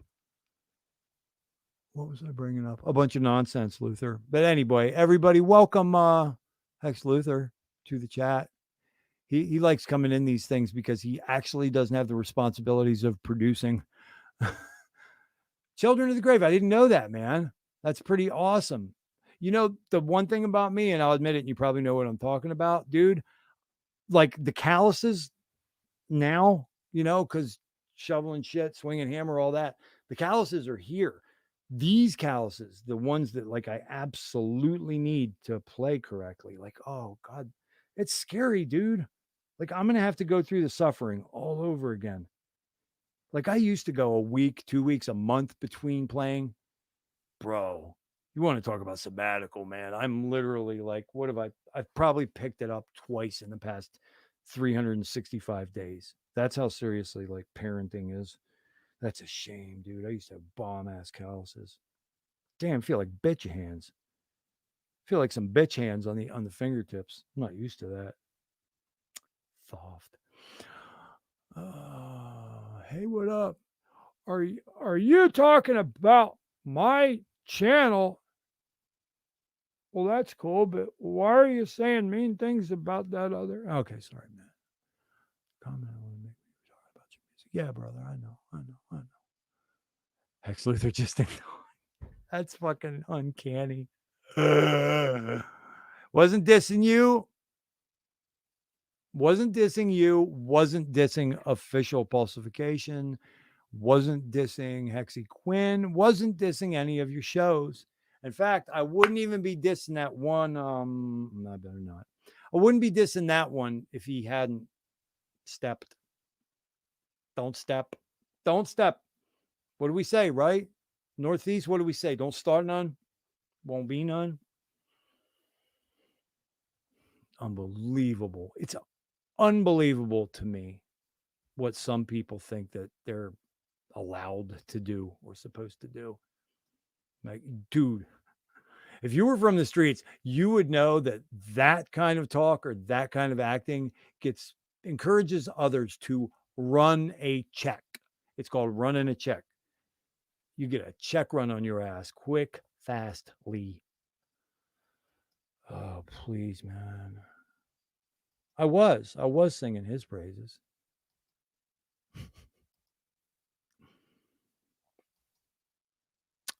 Yeah. Yeah, dude. I'm playing, like I might have told you before, like I'm not a shredder. I literally like the thickest, fattest. Like I'm going for like 12s or 13s on my high E, right? Like most guys are playing 8s or 9s. So I got the fatty fats, but what I do is I go flat wound, smooth up top because it gives you the warmer tone. If you combine, a Gibson 335, 45, 55 type of guitar, and for those who don't know, those are the ones that have the F holes in them. If you were to take that kind of guitar and you run it through a Fender tube amp, right? Fender on the amp, Gibson on the guitar, and then you put these fatty strings on, it gives, oh, yummy. It's like the warmest tone ever. Some people would hate it because they like their bright, the acoustic guitar players who like the really bright tones, or like the 𝕋𝕙𝕚𝕝𝕝 shredders who like the action. They need that action in the string, right? They need to be able to do those bends. For me, if I'm doing anything with my guitar style that is a bend, that is going to be not only well placed, but it's going to be like I'm working for that bend. You know what I mean? It's fucking crazy. Oh, you are a good man. We did, guys. We did. Me and Luther had a beautiful heart to heart, which proved to me once again that he's another brother from another mother around here. Yeah, ain't no guitar time for Thoth. It'll be a minute. Like I'll have to go back in the woodshed for a week. That's about how long it takes. For me, it's weird. It's the same thing with working out. Like I look fucking hard as fuck. I look good because I got the definition, a little bit more mass now, finally, that I'm older. But man, I get cut so fast, dude. I literally only have to work out 3 or 4 times. I get all my cut back.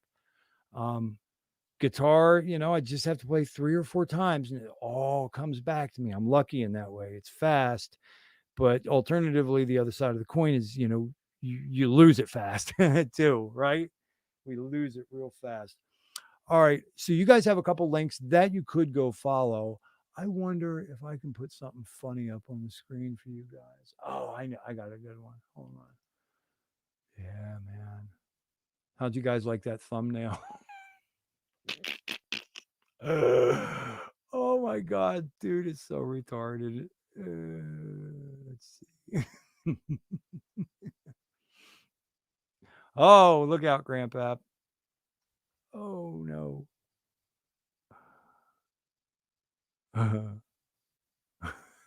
We'll get back to you, Mr. C to the O to the T to the G when I get back. I have a couple more thoughts I want to share with you guys, but yeah, if I don't take a piss here, and be nice to smoke some weed, wouldn't it? Whoa, look out. Shrinking screen. No.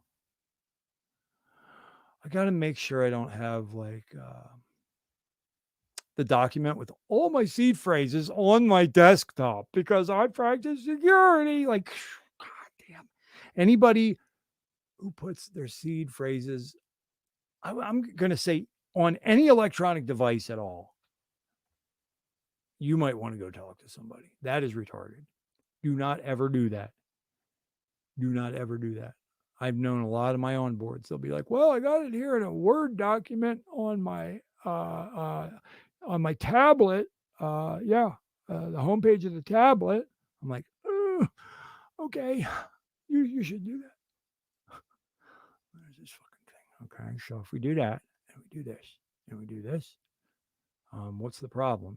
Well, your checking account numbers right there. There's your blood type. There's your social security. Oh, Thothschild, come on, bro. Tighten up. Okay.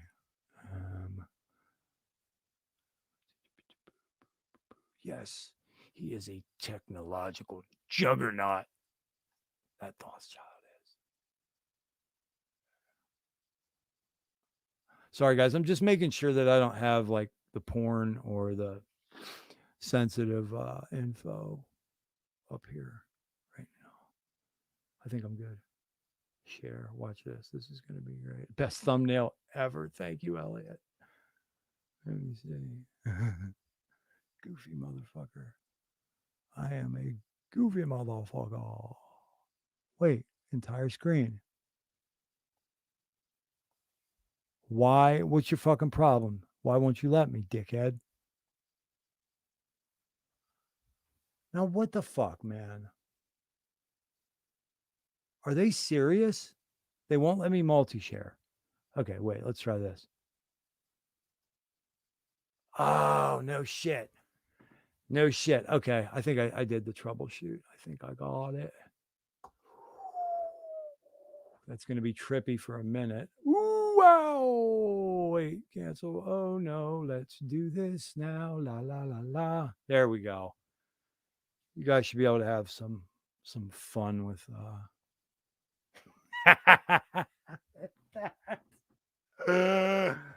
that's me. I'm not a graphic designer, but golly gee, I do have a sense of humor.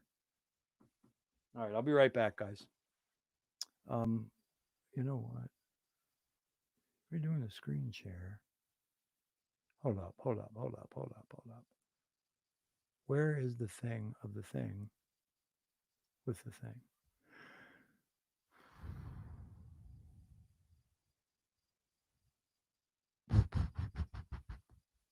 Here we go.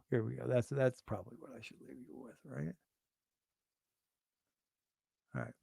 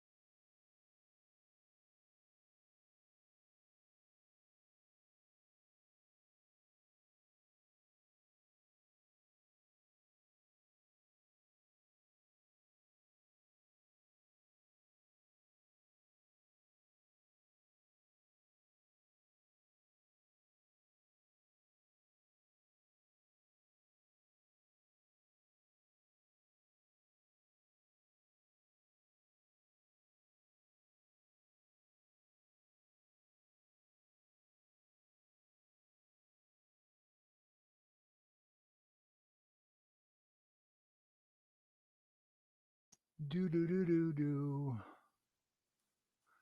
Maybe we should all just get high on stream together.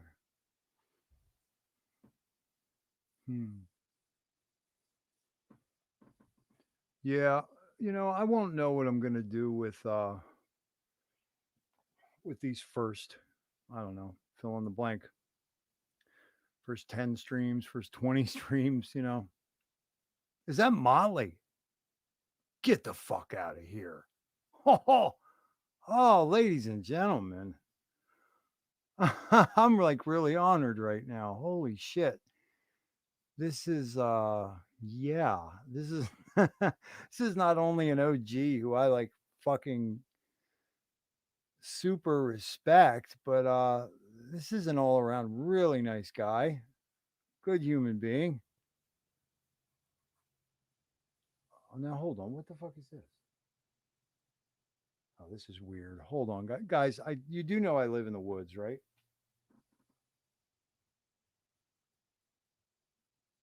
What the? Okay. Yeah, I live in the woods, and I have like one neighbor over here, and I got a pickup truck outside. Hold on a second. The people from the one third party aftermarket project finally sent their assassins for old Thothschild. Hold on. Let me grab let me grab my tool. Oh, there she is. She got 16 in there. Yeah. There we go.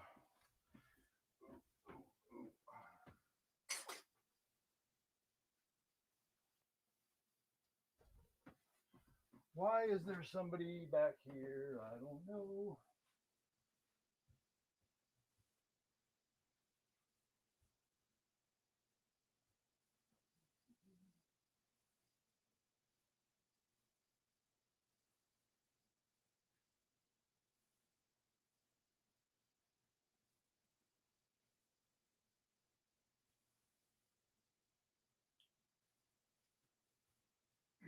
Well, nothing to worry about, I don't think.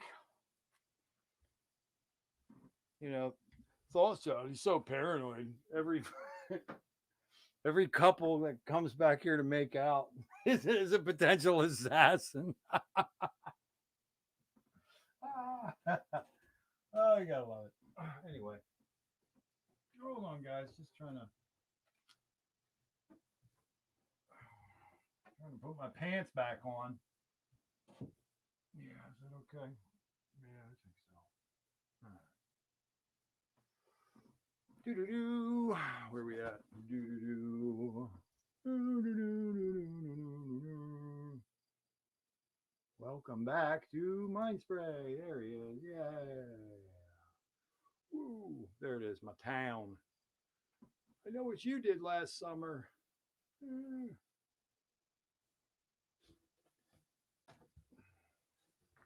That was a little freaky to the deaky. It is midnight and 35 minutes here on the East Coast. And there's like nobody ever comes back my lane at this hour. Like it's like either going to be trouble or alternatively, I suppose it could be like teenagers making out. And I think it was the latter. I hear somebody come back the lane. I'm like ready to buck down, especially at this hour. All right, man. Thothschild is back. So we appreciate pants. Hey, Motley, man. Oh God, my brother. Where do I begin? So I had the old folks home. I shouldn't say that. It's the elder care facility, and it's a nice one that I volunteer at. We only have like 7 residents in the place, so it's like the care is focused and concentrated. These people are, they have some of their dignity left, which is really nice. The guy who owns the place is a good friend of mine, and I mean, I honestly enjoy the shit out of it. I don't know about you guys, but I really like talking to the older generation. A lot of wisdom there. But, I've taken some bigger jobs there that they do pay me for. But if I'm just talking to residents, you know, getting some wisdom, giving them some love, or like I'll take the trash out. And tonight was one of those nights where I had to take the depends out. Quality. The dirty depends. So I'm taking that shit out, and there's fucking 10 times more than I thought there was going to be. So, Thothschild once again, fucking late on the night I said, if I'm going to stream, I'm not going to be late. So I was like 15 minutes late, which isn't bad for me. And then I get up and I get going, I'm starting to get in a groove, and the Focusrite, the audio interface just took a shit. I didn't even touch it, didn't bump it, nothing. So this kind of goes back to me and my problem with the whole setup as it stands. I don't think the quality of the show is ever going to improve until I can upgrade some of this stuff. So I had to back out all the way out of StreamYard and reboot the whole system. Finally got this ancient Mac to recognize the Focusrite interface. And, by then, whatever significant number of people was here at Apex was then reduced. And I'm like feeling defeated, but somehow got the energy back. And what did we talk about tonight? I don't know. I basically went through a little bit of my bio because I've started offering my donation address to the community. And that's a weird proposition. I mean, first off, for a man with your pride, hat in hand is like, I fucking hate it. I just wish I had it and I didn't have to ask at all. But then, you start asking and I'm like, all right, well, I love this community and I love the people in it. And so they deserve like some kind of transparency. So kind of spent a lot of this episode going into, some of my background and what my qualifications are. I never pull the wool on Hexco, especially with things of that nature. And I went through my strengths, and my weaknesses. Like, I'm not out here drawing lines on charts.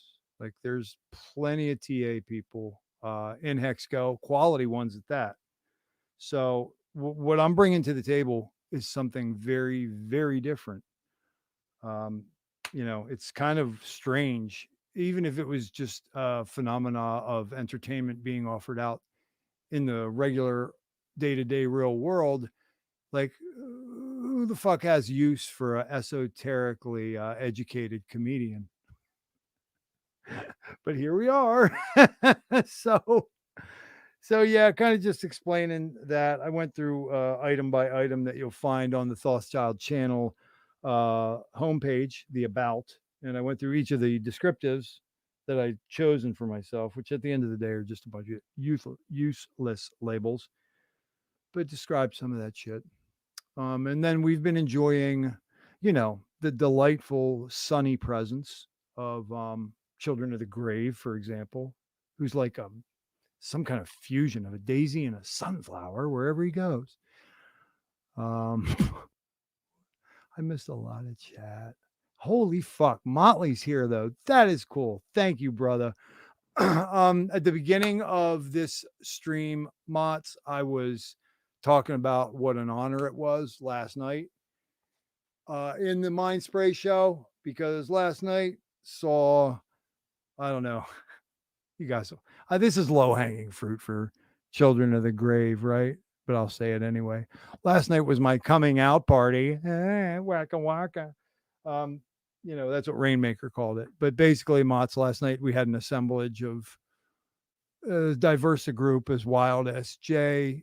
Later on we had Rags, Brandon, T-Money, Rainmaker, and what they had done was make my speaking engagement at PulseCon official last night. So, I was over the moon, really honored, really excited. And then it's even more exciting to find out that I'm going to be sharing a stage, like a panel stage, with none other than Brandon from Rags to Riches. So I can't believe, I'm legitimately considered valuable enough to be included. My mind's blown at the thanks and the accolades I'm getting for my contribution. And it was just incredible. And then I got these regular guys like Jen Hex and like Hexdeck and like Children of the Grave, and now Luther's been coming back, and um, it's humbling. It's humbling. I give so much, such deep thanks for this community. I hope that I can always live up to it, to what it's given me. So, where did we leave this off? Guitar talk, bit of guitar talk. And then Children of the Grave getting mad at me for saying that I get cut fast when I start lifting again.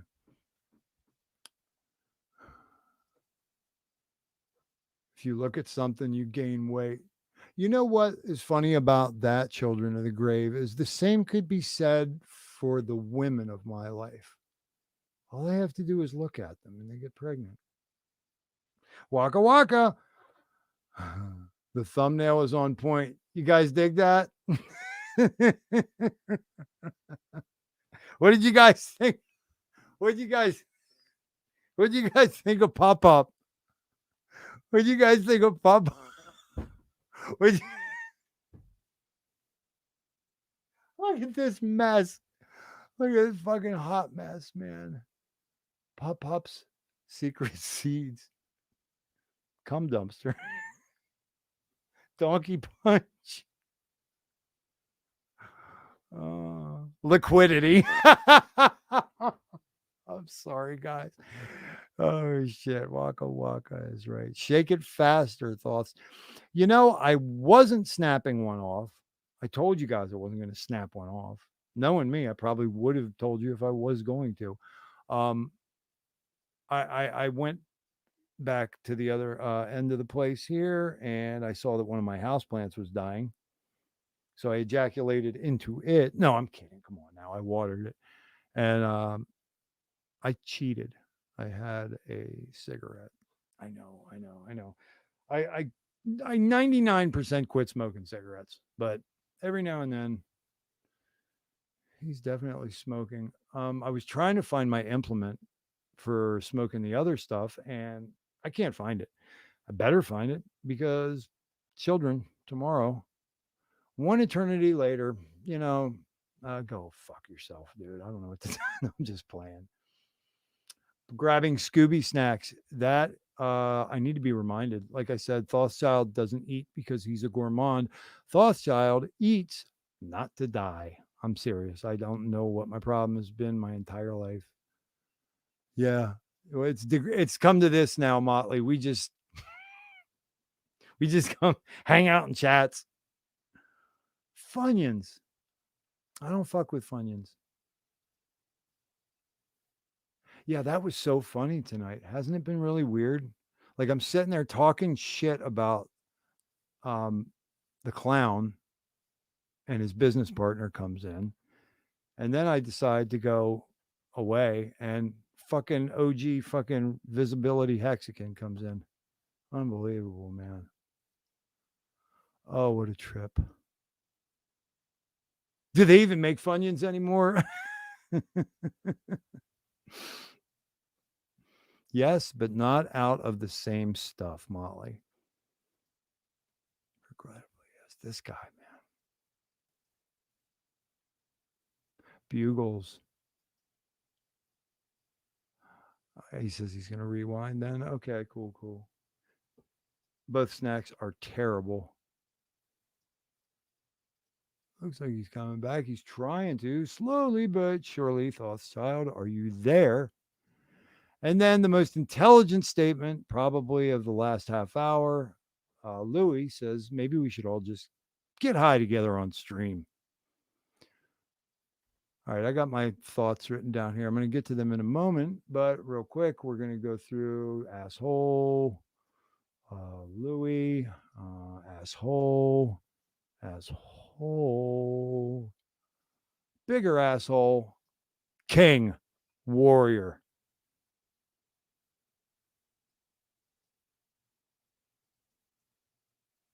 Louis, what do you got there, man? Is that a squirrel? It's a squirrel in between some trees. My God. 16 in the clip and 1 in the chamber. You know, that is the smarter way to do it. But since I have little ones, I mean, let me qualify that statement.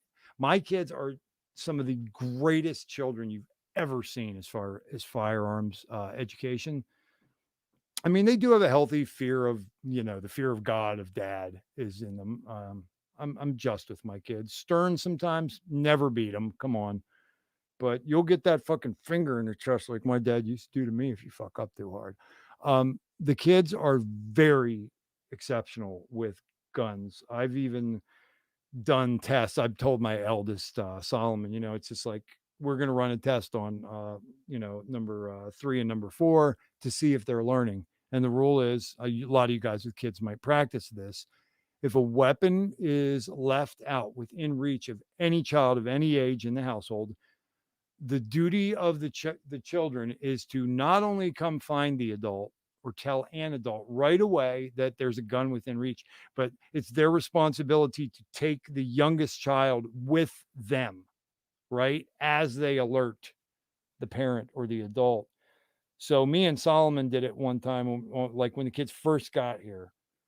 I think I left my 380 completely empty, obviously, out in a place where Lucky could see it. And man, I was so proud of him, dude. He grabbed a little Aussie bear and just took him with. And he said, "Daddy, there's a big man. I forget what he called it. Big man's gun, grown up gun. I think he called it a grown up gun, sitting over there." And I was like, "That's my boy, man. So proud." Another part of their training is with the Nerfs, the Nerf guns. You're not allowed, unless you're in the middle of a game. If you're standing around talking, you are, never allowed to point a barrel of a Nerf gun even in the direction of another person. Because if they can succeed at that for a period of time, we can move into the BB gun range. And if they succeed in the BB gun range, then we're going to the doozy, like the Ruger 1022, greatest little utility gun of all time.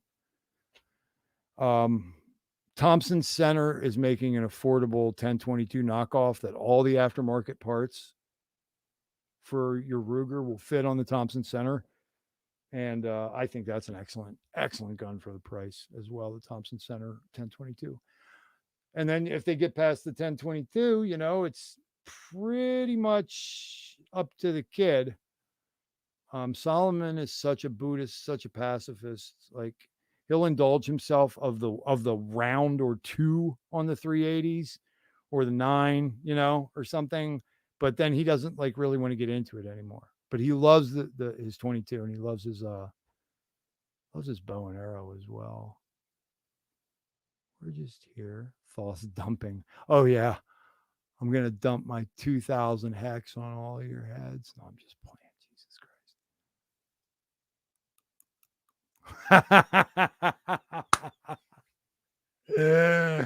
Oh man, you guys, shit. The pants happened. All right, just cruising through these real quick. Waka Waka is right. The tree of life. The Sephiroth of the Kabbalah is not growing in the kitchen. It is growing in my soul. No. I'm now that it's that time of the year, most things are outside as far as plants. I think I have, last count, I have like 12 house plants outside. I probably have 10 container perennials. I have 4 beds, smallest being 4x8, growing all manner of vegetables in there. And then I have a strawberry patch too that I'm kind of proud of. 3rd year of that. All right, I think we're all caught up, man. Dude, very cool that Motley stopped through. I mean, just to show support. That is so excellent. So the one aspect of having shared that Addie, my my donation address, is that we are trying to take this to the next level. Not just Mind Spray, but Thothschild as a writer, as a creator, orator, presenter, interviewer, because Bran helped me show Hexaco recently that I can be a top-notch interviewer. This is something I want to get into a lot more because I don't need the spotlight to be on me. I want it to be on the 200 people, that I've looked out at and been like, I would really like to dig into that guy or girl's brain and see what they're talking about. So that's an aspect that I'm trying to develop, and I think it could all potentially fit under the umbrella of what to date, I've just generally been calling the variety show. I'm even bothering at 3 hours, 5, 6, 7 viewers. I'm bothering because this will be in the record, and if the past episodes are any indicator, we'll have a few hundred views by the time it's all said and done. I brought it up last night. Part one would be the monologue of this show. This is the design and the goal of the show that I'm trying to work on right now. And you guys are lucky. You're special because you're hearing it right first. If it comes to fruition, that'll be like a collectible Pokemon equivalent for you guys. So the second part would be desk time. Under the umbrella of the desk time, you would have the regular features of the show. To me, this looks like, for example, a crypto king coming in and talking about his marketing efforts, the latest connections he made. I mean, my guys, not for nothing. How cool was Gerald Celente from Trends the other day? Holy cow, dude. Gerald Celente. That motherfucker will tell somebody where to go and when to go do it. He called HRC, that nothing little worm of a such and such. I've been listening to that guy for like, God, 12 years or more. Gerald Celente's a king, and that was Crypto King who got that rocking. So what if I had desk time on the Hex Variety Show? Maybe Gafar Ellis. Some of you guys might know him, our Jamaican brother. He wants to do kind of a global charity thing. What if I have him come in for 10 minutes, 15 minutes, one out of every 4 episodes, maybe, and give us the report, from the road. So segments within desk time would be cool. That's where some rapport would take place. That's where headlines could be read. Might even have, like, separate from the interview would be a guest op-ed. That's possible. We could have like an analysis investigation segment in the desk time too. That would be a regular feature. I was telling the Aussies, oddly enough, as well as the Montana people, that I want to do a thing called Area. And what I would do is it would be a rapid fire Q&A session between myself and probably an average of 3 people. And they don't have to dox themselves, to the degree of specificity. They just have to, I would have 3 Australians on a stream. I would have 3 people from Montana on a stream. Not going to be like from Aliquippa Street on the hill in Pittsburgh. It's like, we wouldn't go to that degree. And then another aspect of desk time, just coming out of the box I come out of, would probably be some music-based thing. The third aspect of my goal, the variety show, would be my comedy skits. And I have written a bunch. I let it out of the bag. You guys know the Daniel Day-Lewis movie. I have a skit for Hexaco written called There Will Be Fud. You can use your imagination right now. Then we have the other. I think you guys have finally arrived. I think it might be that time. What do you think, buddy? Yeah. Oh, are you psyched? Yeah, what, motherfucker? Oh, good. So, guys, one of my characters for my skits is the worst ventriloquist in the world. That's me. And this is who? Reggie. Something different about you today? Yeah. Can't quite place it. What is it? Did you do your hair different? No. Hmm. Hmm. Did you get another piercing? No. Oh. Wait. Reggie, are you wearing makeup?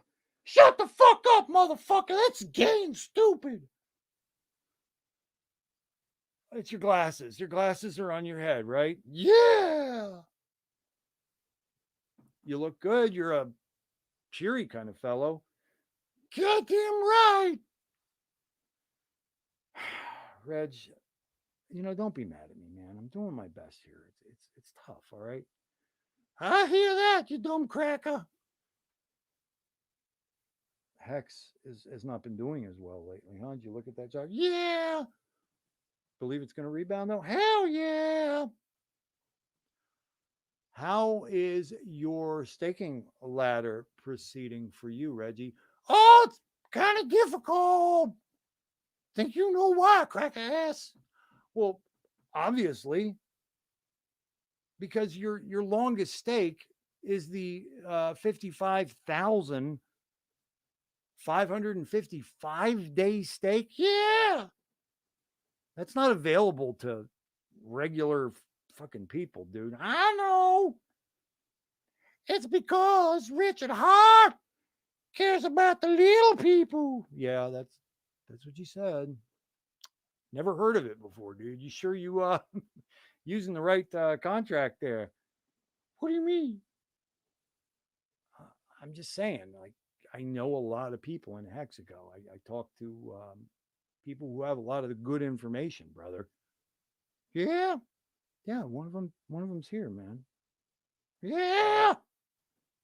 You're scaring me, dude. Relax. Okay, Motley investor. He's like an OG guy. Got his own show. He's got a partner like who's brilliant named Wendy's for Tendies. He talks to a guy named Yash Deep. He started this Legion VC. I mean, we're talking real deal, Holyfield.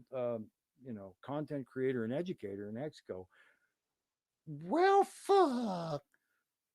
You know what I'm saying? Paint me magenta and call me Sally, motherfucker. Where's he at? I can't see him. He's not on screen, dude. He's just in the chat. He's watching the show. Oh, can you give me a meeting? I'll tell you what. I got one better. How about I find out if you, Reg, can join Legion VC? Would that be nice? Fuck them crackers too. All right, you get the idea, guys.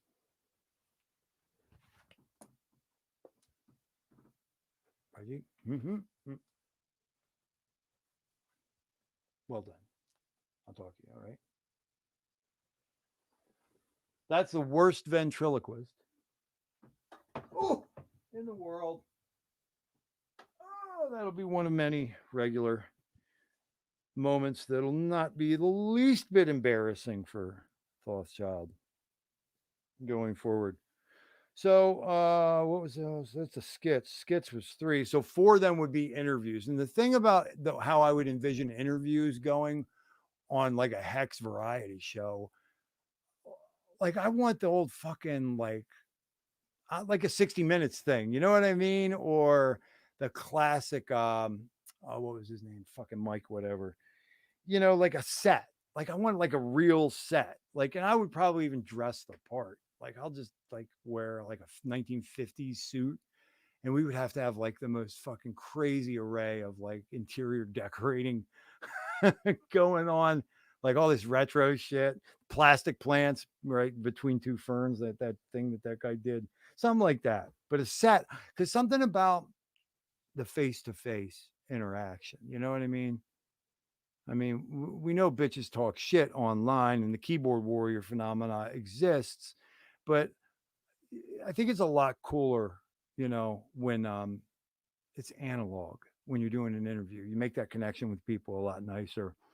On the show yesterday, episode 5 here of the Mind Spray, we did have Brandon from Rags to Riches on, and we were talking about an aspect of his interviewing style when he's doing the discovery on these third party projects. I don't know if you guys noticed it.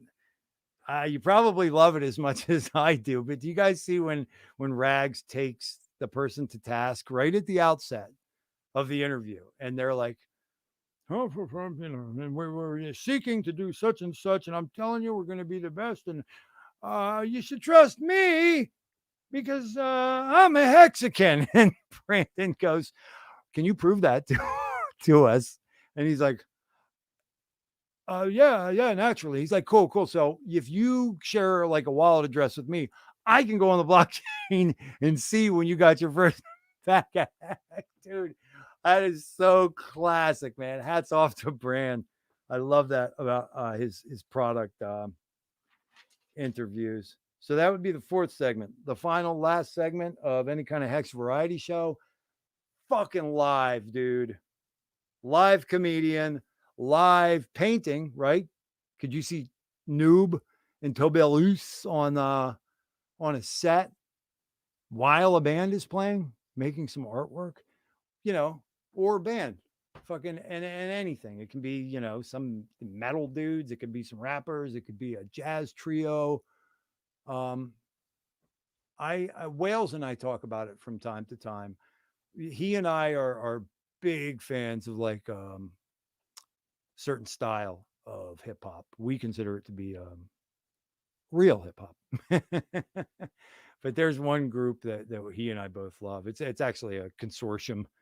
The artists are individual, doing individual releases. But some of you may have heard of Griselda, right?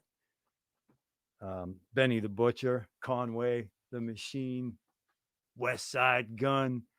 Man, these are the kind of guys that I want to onboard, man. I want to onboard like Freddie Gibbs. Like, these are the people I want to focus on onboarding. So I feel like if the value prop for them was not only participation in a cryptocurrency ecosystem with hands-on tutelage for them, but they also got eyes and ears, right, of a community. And then after that, they also had an outlet to spread their music and do a live performance. I think that's just wonderfully interconnected. So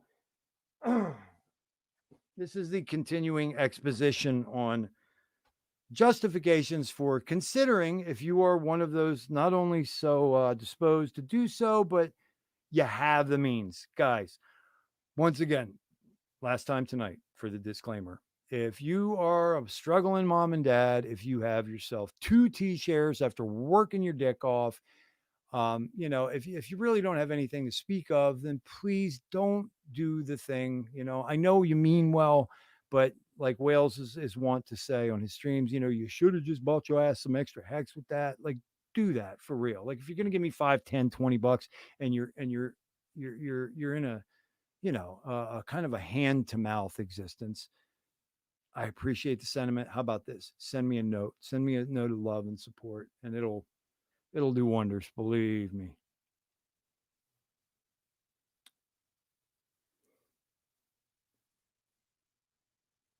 I don't get it.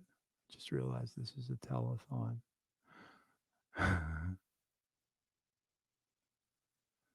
What interview was too cut up and pieced together?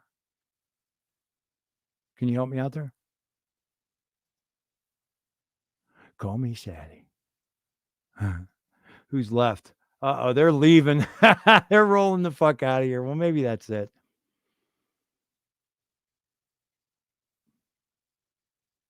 Am I still live? I wonder if I cut off.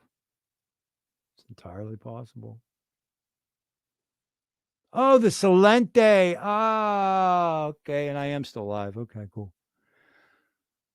Well, he's getting old.